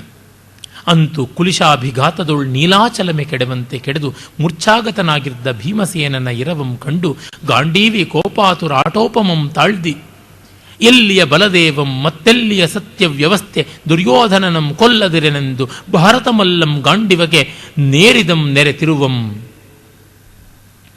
ಭೀಮನ ಮೂರ್ಛೆಯನ್ನು ಕಂಡು ಕಂಗಾಲಾಗ್ಬಿಡ್ತಾನೆ ಅರ್ಜುನ. ಎಲ್ಲಿಯ ಬಲದೇವಂ ಮತ್ತೆಲ್ಲಿಯ ಸತ್ಯ ವ್ಯವಸ್ಥೆ, ಅನ್ಯಾಯವಾಗಿ ಹೊಡೆದು ಬಿಟ್ನಲ್ಲ ಭೀಮನನ್ನ, ಅಂದರೆ ಹೊಡೆಯಬಾರದ ಜಾಗಕ್ಕೆ ಹೊಡೆದ ಅಂತ ಅನ್ಸುತ್ತೆ. ಗದಾಯುದ್ಧದ ನಿಯಮವನ್ನು ದುರ್ಯೋಧನ ಮೀರಿದ್ದಾನೆ, ಅದನ್ನು ಕವಿ ಹೇಳ್ತಾ ಇಲ್ಲ. ಬಲದೇವ ನೋಡ್ತಾನೆ ಇದ್ದಾನೆ, ಆಗಿರುವಂತಹ ಸತ್ಯ ಪ್ರಮಾದವನ್ನು ಗಮನಿಸ್ತಾ ಇಲ್ಲ. ನಾನು ಕೊಲ್ಲುತ್ತೀನಿ ಅಂತ ತನ್ನ ಬಿಲ್ಲಿನ ಹೆದೆಯನ್ನು ಮತ್ತೆ ಏರಿಸ್ತಾ ಇದ್ದಾನೆ. ಬಿಲ್ಲಿನ ಹೆದೆಯನ್ನ ಸದಾ ಏರಿಸಿದ್ರೆ ಅದರ ಪೃಥಕ ಗುಣ ಸ್ಪ್ರಿಂಗಿಂಗ್ ಆಕ್ಷನ್ ಹೊರಟೋಗುತ್ತೆ. ಹಾಗಾಗಿ ಸಡಲ ಮಾಡಿಟ್ಟಿರ್ತಾರೆ. ಮತ್ತೆ ಜಾಬದ್ಧ ಧನುಸ್ಸು ಅಂತಂದ್ರೆ ಹೆದೆಯೇರಿಸಲ್ಪಟ್ಟ ಬಿಲ್ಲಾಗಿ ನಿಲ್ಲುತ್ತದೆ. ಭಾರತ ಮಲ್ಲ ಅರ್ಜುನ ಬಿಲ್ಲನ್ನ ಮತ್ತೆ ಅಣಿ ಮಾಡ್ತಾನೆ. ಇಲ್ಲಿ ನೋಡಿ, ಎಲ್ಲಿಯ ಬಲದೇವಂ ಮತ್ತೆಲ್ಲಿಯ ಸತ್ಯ ವ್ಯವಸ್ಥೆ ದುರ್ಯೋಧನನಂ ಕೊಲ್ಲದಿರನೆಂದು ಭಾರತ ಮಲ್ಲಂ ಗಾಂಡಿವಕ್ಕೆ ನೇರಿದಂ ನೆರೆತಿರುವಂ ಅಂತ ಆ ಪ್ರಾಸಸ್ಥಾನಕ್ಕೆ ಎಲ್ಲಿ ಎನ್ನುವ ಆ ದ್ವಿತ್ವವನ್ನು ಬಳಸಿ ಎಷ್ಟು ಸೊಗಸಾಗಿ ಮಾತಿನ ರೀತಿಯನ್ನು ಕವಿ ತರ್ತಾನೆ. ಮುಳಿದೇವಂ ಹಲಿ ಕೃಷ್ಣಂ ಮುಳಿದೇವಂ ಧರ್ಮನಂದನಂ ಮುಳಿದೇವಂ ಮುಳಿದರ ನಿಕ್ಕುವೆನೆಂದು ಉಮ್ಮಳಿಸಿದನ್ ಅರಿಯಲ್ ಕೆನಕುಲ ಸಹದೇವರ್ಕಳ್. ಮುಳಿದೇವಂ ಹಲಿ, ಮುಳಿದು ಅಂದರೆ ಕೋಪದಿಂದ ಏವಂ ಏನು ಮಾಡ್ತಾನೆ, ಏಂಗೈವಂ ಅನ್ನುವಂಥದ್ದು ಏವಂ ಅಂತಾಗಿದೆ. ಇದು ಒಳ್ಳೆ ಕುಂದಾಪುರದ ಕನ್ನಡದಂತೆ. ಆ ಹೊಯ್ಕ ಬರ್ಕ್ಗಳು ಅದೇ ತರತಾನೆ, ಬರ್ಲಕ್ಕೂ ಬರಬೇಕು ಅನ್ನುವಂಥದ್ದು ಬರ್ಕ್ ಅಂತ ಹೋಗಬೇಕು, ಹೊಯ್ಕ ಈ ರೀತಿ ಅಬ್ರಿಡ್ಜ್ ಆಗಿಬಿಡುತ್ತಲ್ವ. ಈ ಆಡು ನುಡಿ ಹೇಗೆ ಅನ್ನೋದು ಹಳಗನ್ನಡದಲ್ಲಿ. ಮುಳಿದೇವಂ ಕೋಪ ಮಾಡಿಕೊಂಡು ಏನು ಮಾಡ್ತಾನೆ ಹಲಿ ಬಲರಾಮ, ಕೃಷ್ಣಂ ಮುಳಿದೇವಂ ಕೃಷ್ಣ ಕೋಪ ಮಾಡಿಕೊಂಡು ಏನು ಮಾಡ್ತಾನೆ, ಧರ್ಮನಂದನಂ ಮುಳಿದೇವಂ ಧರ್ಮರಾಜ ಮುಳಿದು ಏನು ಮಾಡ್ತಾನೆ, ಮುಳಿದರ ನಿಕ್ಕುವನೆಂದು ಉಮ್ಮಳಿಸಿದರು ಅರಿಯಲ್ಕೆ ನಕುಲ ಸಹದೇವರ್ಕಳ್. ಕೋಪ ಮಾಡ್ಕೊಂಡ್ರೆ ಅವನು ಕೊಲ್ತೀವಿ ಅಂತ ಇವರು ಕತ್ತಿಗಳನ್ನು ಹಿರಿದಿದ್ದಾರೆ. ಯಮಳರು, ನಕುಲ ಸಹದೇವರು, ಅವಳಿ ಮಕ್ಕಳು ಮಾದ್ರೇಯರು. ಧರ್ಮರಾಜ ಯೋಚನೆ ಮಾಡ್ತಾನೆ, ಅರಿಗಿಂಬಾಯ್ತು ಅಳಿವಾದುದು ಮರುತ್ಸುತಂಗೆ ಅರ್ಜುನಾದಿಗಳು ಮುಳಿದರ ಮೂವರು ಮೆನ್ನನ್ ನನ್ನೀಗೀಗಳೇ ಪರಿಭವಮಾಯಿತೆಂದು ಧರ್ಮಜಂ ಚಿಂತಿಸಿದಂ. ಅಯ್ಯೋ, ದುರ್ಯೋಧನ ಗೆಲ್ತಾ ಇದ್ದಾನೆ, ಭೀಮ ಸೋಲ್ತಾ ಇದ್ದಾನೆ, ಅರ್ಜುನ ಕೋಪಗೊಂಡ, ನಕುಲ ಸಹದೇವರು ನನ್ನ ಮಾತನ್ನು ಮೀರುವಂತೆ ಆಯಿತು, ನನ್ನ ಸತ್ಯಕ್ಕೆ ಏನೋ ಅಡ್ಡಿ ಬರುತ್ತದೋ, ದ್ವಂದ್ವ ಯುದ್ಧ ಮಾಡಬೇಕು, ಯಾರೊಬ್ಬರನ್ನು ಆರಿಸಿಕೋ, ಇವರಲ್ಲಿ ಯಾವುದೊಂದು ಆಯುಧ ಆರಿಸಿಕೋ, ಅದರಂತೆ ಯುದ್ಧ ಮಾಡು, ಗೆದ್ದರೆ ನಿನ್ನದೇ ರಾಜ್ಯ ಅಂತ ಮೊದಲೇ ಹೇಳಿಬಿಟ್ಟಿದ್ದಾನೆ ಧರ್ಮರಾಜ. ಹೀಗಾಗಿ ತನ್ನ ಮಾತು ತಮ್ಮಂದಿರು ಮುರಿದು ಬಿಟ್ಟರೆ ಗತಿ ಏನು ಅಂತ ಆ ಸಂದರ್ಭದಲ್ಲಿಯೂ ಅವನ ಸತ್ಯವ್ರತ ಆ ರೀತಿ ಆದದ್ದು. ಭಾರತ ಪಾಕಿಸ್ತಾನ ವಿಭಾಗವಾದಾಗ 55 ಕೋಟಿ ಪಾಕಿಸ್ತಾನ ಕೊಡಬೇಕು ಅಂತ ಸತ್ಯಾಗ್ರಹ ಮಾಡಿದ ಗಾಂಧೀಜಿ ಅಂತೆ ಧರ್ಮರಾಜ. ಆಮೇಲೆ ಹೇಳ್ತಾನೆ ಕವಿ, ಅಲರ್ದ ಹಲಧರನ ಮೊಗಮು ತಲೆಯುಂ ಬಾಗಿರ್ದ ಧರ್ಮತನೆಯನ ಮೊಗಮಂ ಜಲರ್ಹನಾಭಂ ಕಂಡು ಎದೆ ಕಲಂಕಿ ಜರ್ಪಿದಂ ಗಾಂಡಿವಿಯಂ. ಈಗ ಕೃಷ್ಣ ಬಂದುಬಿಡ್ತಾನೆ ಸೀನ್ಗೆ. ಅವನಿಲ್ಲದೆ ಇದ್ದರೆ ಎಷ್ಟು ಕಷ್ಟ ನೋಡಿ. ಅಲರ್ಧ ಹಲಧರನ ಮೊಗಮಂ, ತನ್ನ ಶಿಷ್ಯ ಎದುರಾಳಿಯನ್ನು ಮೂರ್ಛೆ ಹೋಗಿಸಿಬಿಟ್ಟ ಅಂತ ಬಲರಾಮನ ಮುಖ ಅರಳಿಬಿಟ್ಟಿದೆ, ಹಿಗ್ಗಿ ಹೀರೆಕಾಯಿ ಆಗಿಬಿಟ್ಟಿದ್ದಾನೆ. ತಲೆಯಂ ಬಾಗಿರ್ದ ಧರ್ಮತನೆಯನ ಮೊಗಮಂ, ತಲೆಬಾಗಿ ಮುಖ ಕುಂದಿ ಮೊಸಕಾಗಿ ಮುದುಡಿದ ಧರ್ಮರಾಜನನ್ನು ಜಲರುಹನಾಭಂ ಕಂಡು, ಕೃಷ್ಣ ಕಂಡು ಎದೆ ಕಲಂಕಿ, ಪಾಪ ಮನಸ್ಸು ಕರಗಿ ಹೋಗಿದೆ ಕೃಷ್ಣನಿಗೆ. ಜರ್ಪಿದಂ ಗಾಂಡಿವಿಯಂ, ಕಣ್ಸನ್ನೆ ಮಾಡ್ತಾನೆ ಅರ್ಜುನಂಗೆ. ಏನಿದು, ಹೀಗೆ ನೀನು ಆಡ್ತಾ ಇದೀಯಾ, ಈ ಸಮಯದಲ್ಲಿ ಏನು ಮಾಡಬೇಕು ಅದನ್ನು ಮಾಡು. ಎರಿಯಂ ಬೆಳ್ದನ ನೆಂಬಿ ಬಿರುಬಿಂದಂ ಬೀಸೆ ಗದೆಯ ಗಾಳಿಯ ಕೋಳಿಲ್ಚರಿಸಿದುದು ಭೀಮನಂ ಮೈ ಮರದವನಂ ತಂದೆ ಸುತರ್ಗೆ ಕೂರದರೊಳರೇ.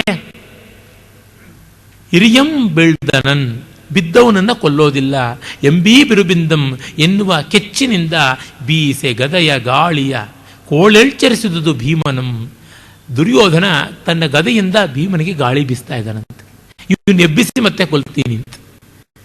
ಈ ಕಾಲದ ನಮ್ಮ ಆಕ್ಷನ್ ಫಿಲ್ಮ್ಸ್ ಅಲ್ಲಿ ನೋಡ್ತೀವಿ, ವಿಲನ್ ತತ್ತರಿಸಿ ಬಿದ್ದು ಬಿಟ್ರೆ ಒಂದು ಸೋಡಾ ತಗೊಂಡು ಪಕ್ಕದ ಅಂಗಡಿಯಿಂದ ಆ ಬಾಟ್ಲನ್ನು ಒಡೆದು ಹೀರೋ ಅವನ ಮುಖಕ್ಕೆ ಎರಚಿ ಅವನು ನೆಬ್ಬಿಸಿ ಮತ್ತೆ ಮುಖಕ್ಕೆ ಗುದ್ದುತ್ತಾನಲ್ಲ, ಆ ರೀತಿ ಆದಂಥದ್ದು.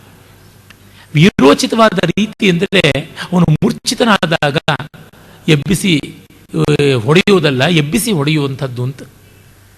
ಇದು ಮುಂದೆ ತುಂಬಾ ಚೆನ್ನಾಗಿ ಕುಮಾರವ್ಯಾಸಾದಿಗಳೆಲ್ಲ ಬೆಳೆಸಿದ್ದಾರೆ. ಯಕ್ಷಗಾನದಲ್ಲಂತೂ ಕಪಟ ನಾಟಕ ರಂಗ ಗುಪಿತವೇನೋ ನಿನ್ನ ಅನ್ನೋ ಪದ್ಯಕ್ಕೆ ಮೂರ್ಛೆ ಏಳೋವರೆಗೂ ಅಭಿನಯ ಮಾಡ್ತಾರೆ. ಅದು ಮುಗಿಯೋದೇ ಅಲ್ಲ ಅಲ್ಲಿವರೆಗೂ. ಒಂದು ಸಂದರ್ಭ ನೆನಪಾಗುತ್ತದೆ, ತುಂಬಾ ಸೊಗಸಾದಂಥದ್ದು. ಒಂದು ಕಡೆ ನಾನು ಬರೆದು ಇದ್ದೀನಿ.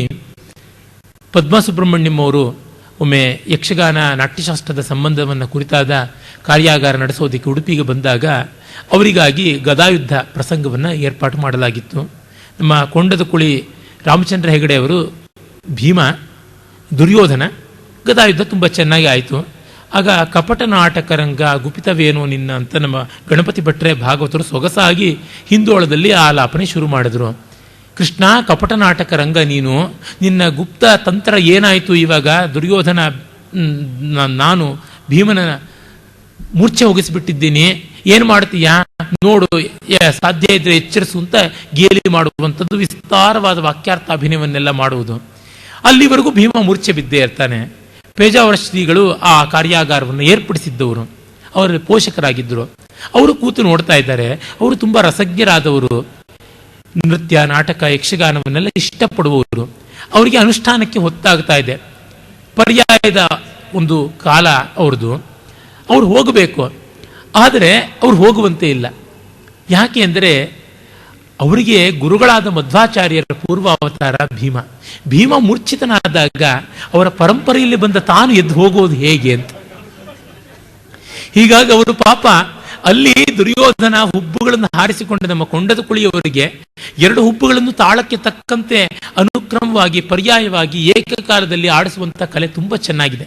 ಅವರು ಕಣ್ಣುಬ್ಬನ್ನು ಹಾರಿಸಿ ಕೃಷ್ಣನ ಮೂದಲಿಸಿದ್ದೆ, ವಿಸ್ತರಿಸಿ ಗಣಪತಿ ಭಟ್ರು ಹಾಡಿದ್ದೆ. ಪೇಜಾವರ ಶ್ರೀಗಳು ಹಾವಭಾವ ಸಂಜ್ಞೆ ಮಾಡ್ತಾ ಇದ್ದಾರೆ, ಬೇಗ ಮುಗಿಸಿ ಭೀಮ ಏಳಲಿ ಆಮೇಲೆ ತಾವು ಹೋಗೋದು ಅಂತ. ನಾನು ಅದನ್ನು ಗ್ರಹಿಸದೆ ಹೇಳಿದೆ, ಶ್ರೀಗಳಿಗೆ ಅನುಷ್ಠಾನಕ್ಕೆ ತಡ ಆಗಿದ್ರೆ ದಯಮಾಡಿಸ್ಬೋದು, ಇದು ತುಂಬ ವಿಸ್ತಾರ ಇದೆ ಅಂತ. ಇಲ್ಲ, ಭೀಮ ಮೂರ್ಛೆ ಬಿದ್ದಿದ್ದಾಗ ಹೇಗೆ ಹೋಗೋದು, ಪ್ರಾಣದೇವರು ಮಲಗಿದ್ರೆ ಹೇಗೆ ಹೋಗೋದು ಅಂತಂದ್ರು. ಇದೇ ಮಾತನ್ನು ಬಳಸಿದ್ರು. ಪದ್ಮ ಸುಬ್ರಹ್ಮಣ್ಯಂ ಅವರಿಗೆ ತುಂಬ ರೋಮಾಂಚನವಾಯಿತು. ಎಂಥ ಶ್ರದ್ಧೆಯಿಂದ ರಂಗಕಲೆಯನ್ನು ನೋಡ್ತಾರೆ ಇವರು, ಅದೊಂದು ಆರಾಧನೆ ಅನ್ನುವಂತೆ ನೋಡ್ತಾ ಇದ್ದಾರಲ್ಲ ಅಂತ. ಆಮೇಲೆ ನಮ್ಮ ಸನ್ನೆಗಳು ಏನು ಪ್ರಯೋಜನಕ್ಕೆ ಬರಲಿಲ್ಲ, ಅದೇ ಕಾಲ ತಗೊಳ್ತು. ಶ್ರೀಗಳು ಹೇಳಿದ್ರು, ತೊಂದರೆ ಇಲ್ಲ, ಇದು ಪೂಜೆನೆ ಅಂತ ಹೇಳಿದ್ರು. ಆಮೇಲೆ ಭೀಮ ಕ್ರಮವಾಗಿ ಎದ್ದ ಮೇಲೆ ಅವರು ನಿರ್ಗಮನ ಮಾಡಿದ್ರು. ಅಂದರೆ ಒಂದು ಪ್ರಾದೇಶಿಕವಾದ ಅಭಿಜಾತ ರಂಗಭೂಮಿ ಎಷ್ಟೆಲ್ಲ ಮಾಡುತ್ತದೆ, ಎಷ್ಟರ ಮಟ್ಟಿಗೆ ತಾದಾತ್ಮ್ಯ ತಂದು ಕೊಡುತ್ತದೆ ಎನ್ನುವುದನ್ನು ಮರೆಯೋಕ್ಕೆ ಆಗದಂತೆ ಆಯಿತು. ಇದೇ ರೀತಿಯಾಗಿ ತೆರುಕೂತಿನಲ್ಲಿ ಒಂದು ಸಂದರ್ಭ ಇದ್ದದ್ದು. ಅಲ್ಲಿ ಪಾಂಚಾಲಿ ಶಪಥಂ ಅಂತ ಮಾಡ್ತಾರೆ. ಪಾಂಚಾಲಿಯ ಶಪಥ ದ್ರೌಪದಿಯನ್ನ ತುಂಬಿದ ಸಭೆಗೆ ಎಳೆದುಕೊಂಡು ಬಂದಾಗ ಗಾಂಧಾರಿ ದ್ರೌಪದಿಯನ್ನು ಬಡಿಯೋದಕ್ಕೆ ಶುರು ಮಾಡಿಬಿಡ್ತಾಳೆ. ಅತ್ತೆ ಸೊಸೆಯರ ಜಗಳ ಅಲ್ಲಿ. ಗಾಂಧಾರಿ, ನಿನ್ನ ಮಗ ಹೀಗೆ ಮಾಡ್ತಾ ಇದ್ದಾನಂದ್ರೆ, ಹೌದು ಕಣೆ, ಅವನು ಹಾಗೆ ಮಾಡೋದೇನೆ ಸರಿ ಅಂತ ಅತ್ತೆ ಸೊಸೆಯರು ಮುಂದಲೆ ಹಿಡ್ಕೊಂಡು ಜಗಳ ಆಡುವುದೆಲ್ಲ ಬರುತ್ತದೆ. ಆಮೇಲೆ ವಸ್ತ್ರಾಪಹೃತವಾಗುವ ಹೊತ್ತಿಗೆ ಆ ಸಂದರ್ಭದಲ್ಲಿ ಸಭೆಯಿಂದ ಆಯೋಜಕರು ಬಂದು ಒಂದು ಒಳ್ಳೆ ಸೀರೆಯನ್ನು ಕೊಟ್ಟು ದ್ರೌಪದಿಯ ಮಾನ ಸಂರಕ್ಷಣೆ ಮಾಡುವಂಥದ್ದು. ಕೃಷ್ಣ ಬರ್ತಾನೆ ಆದರೂ ಕೃಷ್ಣನ ಪರವಾಗಿ ಆಯೋಜಕರು ಬಂದು ಸೀರೆ ಕೊಡಬೇಕು ಅಂತ. ಅಂದರೆ ಎಲ್ಲೆಲ್ಲಿ ದ್ರೌಪದಿಗೆ ಪರಾಭವವಾಗುತ್ತೋ ಅಲ್ಲೆಲ್ಲ ಕೃಷ್ಣ ಬರುವುದು ಅಂದರೆ ಹೇಗೆ? ಕೃಷ್ಣ ಒಮ್ಮೆ ಬಂದ ಮಹಾಭಾರತದಲ್ಲಿ ಎಲ್ಲೆಲ್ಲಿ ಹೆಣ್ಣು ಮಕ್ಕಳಿಗೆ ಈ ರೀತಿಯಾದ ಮಾನಹಾನಿ ಆಗುತ್ತೋ ಅಲ್ಲೆಲ್ಲ ಕೃಷ್ಣ ಪಕ್ಷಪಾತಿಗಳು ಬರಬೇಕು, ಕೃಷ್ಣಾಂಶರು ಬರಬೇಕು, ಆ ಮಾನ ಸಂರಕ್ಷಣೆ ಮಾಡಬೇಕು ಅನ್ನುವಂಥದ್ದು ಅತ್ಯದ್ಭುತವಾದ ಆ ಒಂದು reaction from the audience, reaction from ಸಹೃದಯಾಸ್ ಅಂತೀವಲ್ಲ, ತುಂಬ ಅದ್ಭುತವಾದ ಎಪಿಕ್ ಥಿಯೇಟರ್ ಅಂತ ಇದನ್ನೇ ಬ್ರೆಟ್ ಮೊದಲಾದವರು ಹೇಳ್ತಾರೆ. ಅದು ನಮ್ಮಲ್ಲಿ ನಿಜವಾಗಿರುವಂಥದ್ದು, ಹಾಗೆ ಬರುವಂಥದ್ದು. ಈ ಎರಡು ಸಂದರ್ಭ ನೋಡಿದಾಗ ಮಾತ್ರ ನನಗೆ ತುಂಬ ರೋಮಾಂಚನವಾಗಿತ್ತು. ಎರಡು ಮಹಾಭಾರತದ ಸಂದರ್ಭಗಳೇನೆ, ಎರಡು ಅತ್ಯಂತ ಮಾರ್ಮಿಕವಾದ ಸಂದರ್ಭಗಳೇ. ಇಲ್ಲಿ ರನ್ನನ ಗದಾಯುದ್ಧದಲ್ಲಿ ಆ ಒಂದು ಯಕ್ಷಗಾನದ ಪದ್ಯಕ್ಕೆ ಮೂಲ ಸಾಮಗ್ರಿ ಕಾಣಿಸಿಕೊಳ್ಳುತ್ತದೆ. ಆಗ ಅವನು ಬೀಸ್ತಾನೆ ಗಾಳಿ. ವಾಯುವಿಗೆ ಮಗ ಅಲ್ವಾ, ತನ್ನ ಮಗ ಹೆಚ್ಚೊತ್ತು ಮೂರ್ಛಿತನಾಗಿರೋದನ್ನು ಹೇಗೆ ಸಹಿಸ್ತಾನೆ? ತತ್ಕ್ಷಣ ಈತಂಗಿ ಎಡೆಯೆಂದು ತೋರೆ ಕುಡೆ ಪೊಲಗಿಡದಳಿದಂ ಪರಮ ಪಂಡಿತಂ ಪವನಸುತಂ. ಜೊತೆಗೆ ಎಚ್ಚರಿಸಿದುದು ಭೀಮನಂ ಮೈ ಮರೆದವನಂ ತಂದೆ ಸುತರ್ಗೆ ಕೂರದರೊಳರೆ. ತಂದೆ ಮಕ್ಕಳಿಗೆ ಪ್ರೀತಿ ಇಲ್ಲದೆ ಇರುತ್ತಾ ತಕ್ಷಣವೇ ಎಚ್ಚರಗೊಂಡು ಬಿಡ್ತಾನೆ ಗಾಳಿಯಿಂದಾಗಿ. ಅಂತೂ ಮೂರ್ಛೆಯಿಂದ ಮಾರುತಿ ಎಳ್ಚೆತ್ತಾಗಳ್ ಪೊಡೆಯಲರಾತಂ ರಾಗದೆ ತೊಡೆಯಂ ಪೊಯ್ದಾರ್ವ ನೆವದೆಂ ನೆರೆನೀತಂಗಿ ಎಡೆಯೆಂದು ತೋರೆ ಕೂಡೆ ಪೊಲಗಿಡದರಿದಂ ಪರಮ ಪಂಡಿತಂ ಪವನಸುತಂ. ಈಗ ಅರ್ಜುನ ಕೃಷ್ಣನ ಸನ್ನೆಯನ್ನು ಗ್ರಹಿಸಿ ಭೀಮನಿಗೆ ಸೂಚನೆ ಮಾಡ್ತಾನೆ, ತೊಡೆಯನ್ನು ಹೊಡಿ, ಇನ್ನು ಸುಮ್ಮನೆ ಇರಬೇಡ ಅಂತ. ಸರಿ, ನಾನು ಮಾಡ್ಕೊಳ್ತೀನಿ ಅಂತ ಹೇಳ್ಬಿಟ್ಟಿದ್ದನು ತಾನೇ ತಾನಾಗಿ ಪೊಡೆಯಲ್ ಅರಾತಂ, ಪೊಡೆಯಲ್ ಅಂದ್ರೆ ಹೊಡೆಯಲು, ಅರಾತಂ ವೈರಿ. ವೈರಿ ಹೊಡೆದರೆ ಅವನಿಗೆ ಪ್ರತ್ಯುತ್ತರವನ್ನು ಹೇಗೆ ಕೊಡಬೇಕು ಅನ್ನೋದನ್ನ ತಾನು ನಿರ್ಧಾರ ಮಾಡಿಕೊಂಡು ಈತಂಗಿ ಎಡೆಯೆಂದು ತೋರೆ ಕುಡೆ ಪೊಲಗಿಡದರಿದಂ ಪರಮ ಪಂಡಿತಂ ಪವನಸುತಂ. ಜಾಣ್ಮೆಯಿಂದ ಅರ್ಜುನ ತೋರಿಸಿದ್ದನ್ನ ಭೀಮ ಒಂದೇ ಬಾರಿ ಗ್ರಹಿಸಿಕೊಳ್ತಾನೆ. ಇಡೆ ತೊಡೆಯ ನುಡಿದು ನೆಟ್ಟನೆ ಕೆಡೆಯುತ್ತಂ ಖರ್ಚಿ ನೆಲನ ನಾನ್ ಇದನೆನುತುಂ ಬಿಡನೆಂಬ ತೆರದೆ ಕುಲಗಿರಿ ಕೆಡವಂದದೆ ಕೆಡೆದು ಕೌರವೇಂದ್ರಂ ಮಡಿದಂ. ತೊಡೆಗೆ ಭಯಂಕರವಾದ ಗದಾಘಾತವನ್ನು ಮಾಡಿದಾಗ ನೆಟ್ಟನೆ ಕೆಡೆಯುತ್ತುಂ ಖರ್ಚಿ ನೆಲನನ್ ಆನಿದ ನಿಂತುಂ ಬಿಡನೆಂಬ ತೆರದೆ. ಈ ನೆಲವನ್ನು ಮತ್ತೆ ನಾನು ಬಿಡೋದಿಲ್ಲ ಅನ್ನುವಂತೆ ನೆಲಕ್ಕೆ ಕೈ ಊರಿ ಹಾಂತ ಭೀಮ ಬಿದ್ದು ಬಿಟ್ಟ ಅಂತ. ಇದನ್ನೇ ಮುಂದೆ ಕುಮಾರವ್ಯಾಸ ತಾನು ಬಿಡೋದಿಲ್ಲ ಅನ್ನುವಂತೆ ಈ ನೆಲವನ್ನ ಅಂಟಿಕೊಂಡೇ ಬಿಟ್ಟ ಅಂತ ವರ್ಣಿಸ್ತಾನೆ. ಇಲ್ಲೆಲ್ಲ ನೋಡಿ, ನಮ್ಮ ಉಪಾಧ್ಯಾಯರು ಹೇಳಿದರು, ನಾಸ್ತ್ಯಚೋರ ಕವಿಜನ ನಾಸ್ತ್ಯಚೋರೋ ವಣಿಗ್ಜನ ಸನಂದತಿ ವಿನಾವಾಚ್ಯಂ ಯೋಜಾನಾತಿ ನಿಗೂಹಿತುಂ ಅಂತ. ಕಳ್ಳನಲ್ಲದ ಕವಿ ಇಲ್ಲ, ಕಳ್ಳನಲ್ಲದ ವರ್ತಕನಿಲ್ಲ. ಯಾರು ಅದನ್ನ ಬಚ್ಚಿಡಲು ಬಲ್ಲರೋ ಅವರೇ ಕವಿಗಳು, ಅವರೇ ವಣಿಜರು ಅಂತ. ಹಾಗೆ ಕುಮಾರವ್ಯಾಸ ರನ್ನನಿಂದ ಇದನ್ನು ತಗೊಂಡ ಅಂತ ನಮಗೆ ಗೊತ್ತೇ ಆಗೋಲ್ಲ. ಅವನು ಓಘದಲ್ಲಿ ಪಂಪನಿಂದ ರನ್ನ ತಗೊಂಡ ಅಂತ ನಮಗೆ ಗೊತ್ತೇ ಆಗೋದಿಲ್ಲ. ವಾಲ್ಮೀಕಿಯಿಂದ ಕಾಳಿದಾಸ ಗ್ರಹಿಸಿದ ಅಂತ ನಮಗೆ ಗೊತ್ತಾಗೋದಿಲ್ಲ. ಕಾಳಿದಾಸನಿಂದ ಮುಂದಿನ ಕವಿಗಳೆಲ್ಲರೂ ತಗೊಂಡ್ರು ಅಂತ ಅನ್ನೋದು ಮಹಾಕವಿಗಳಲ್ಲಿ ಗೋಚರವಾಗೋದಿಲ್ಲ. ಇದು ಜಾಣ್ಮೆ. ಹೀಗೆ ಭೀಮ ದುರ್ಯೋಧನೀಯ ಸಂಗ್ರಾಮದಲ್ಲಿ ದುರ್ಯೋಧನ ಬಿದ್ದು ಬಿಡ್ತಾನೆ. ಆಗ ಅವನ ಊರು ಭಂಗದ ಪ್ರತಿಜ್ಞೆ ಆಯಿತು. ಇನ್ನು ಮುಕುಟ ಭಂಗ ಉಂಟು, ಅದನ್ನು ಮಾಡ್ತಾನೆ. ಇದು ಭುವನಾಧಿಪತ್ಯ ಸವನೋದಕದಿಂ ಗಡಪೂತ ಮಾದುದಿಂತಿದು ಧವಳಾತ ಪತ್ರದ ನೆಳಲ್ಗೆ ಗಡಂ ಗುರಿಯಾದುದು ಆರ್ಗಮಿಂತಿದು ಗಡ ಭಾಗದೀ ತಲೆಗೆ ತಕ್ಕುದ ನೀಗಳ ಮಳ್ಪನೆಂದು ಕೋಪದಿ ನೊದಯಲ್ಕೆ ಸಾರ್ತರೆ ಹತೋರು ಸಪತ್ನ ಕಿರೀಟ ಶೃಂಗಮಂ. ಇದು ಭುವನಾಧಿಪತ್ಯ ಸವನೋದಕದಿಂ ಗಡ ಪೂತ ಮಾದುದು. ಇದು ತಾನು ಚಕ್ರೇಶ್ವರ ಅಂತ ರಾಜ್ಯಾಭಿಷೇಕ ಮಾಡಿಸಿಕೊಂಡ ಆ ಮಂತ್ರಪೂತ ಜಲದಿಂದ ಪವಿತ್ರೀಕೃತವಾದಂಥ ಶಿರಸ್ಸು. ಇದು ಧವಳಾತ ಪತ್ರದ ನೆಳಲ್ಗೆ ಗಡಂ ಗುರಿಯಾದುದು. ಇದು ತಣ್ಣಗೆ ಶ್ವೇತಛತ್ರದ ನೆಳಲಿನಲ್ಲಿ ಬೆಳೆದಂಥ ತಲೆ.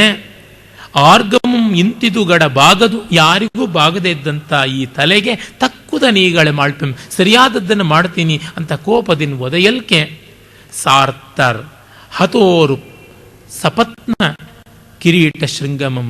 ಸಾರ್ತರೆ ಹತೋರು ಉರು ಅಂದರೆ ಚೆನ್ನಾಗಿರ್ತಕ್ಕಂಥ, ಸಪತ್ನ ಅಂದರೆ ವೈರ್ಯ, ಕಿರೀಟ ಶೃಂಗಮಂ ಒದೆಯಲ್ಕೆ, ಒದ್ರೆ ಅದು ಬಿದ್ದೋಗುತ್ತೆ. ಹತೋರು ಸಪತ್ನ, ಹತನಾದಂತಹ ವೈರ್ಯ ಅಂದ್ರೆ ಹತ ಅಂದ್ರೆ ಅವನು ಸತ್ತಿಲ್ಲ, ಅಂದ್ರೆ ಸತ್ತಂತೆಯ ಲೆಕ್ಕ, ಆ ರೀತಿಯಾದದ್ದು. ಬಲದೇವಾದಿಗಳು ಆಗದು ಒದೆಯಲ್ಕೆ ಏಕಾದಶಕ್ಷೋಹಿಣಿ ಬಲ ಲಕ್ಷ್ಮೀಪತಿಯಂ ಪರಾಭಿಸಿದಿರ್ ಚಿ ತಕ್ಕುದಲ್ಲೆಂದು ಮಾರ್ಕೊಳಲು ಮಾಡದೆ ಭೀಮಸೇನನ್ ಒದದಂ ವಾಮಾಂಘ್ರೀಂ ರತ್ನಮಂಡಲ ರಶ್ಮಿ ಪ್ರಕಟ ಜ್ವಲನ್ ಮಕ್ಕುಟಮಂ ಕೌರವ್ಯ ರಾಜೇಂದ್ರನ. ಎಷ್ಟು ಚೆನ್ನಾಗಿ ಬರೀತಾನೆ ನೋಡಿ. ಬಲದೇವಾದಿಗಳು ಆಗದು ಒದೆಯಲ್ಕೆ ಏಕಾದಶಕ್ಷೋಹಿಣಿಯ ಬಲ ಲಕ್ಷ್ಮೀಪತಿಯಂ ಪರಾಭವಿಸದಿರ್ ಚಿ ತಕ್ಕುದು ಅಲ್ಲೆಂದು ಮಾರ್ಕೊಳಲು ಮಾಡದೆ.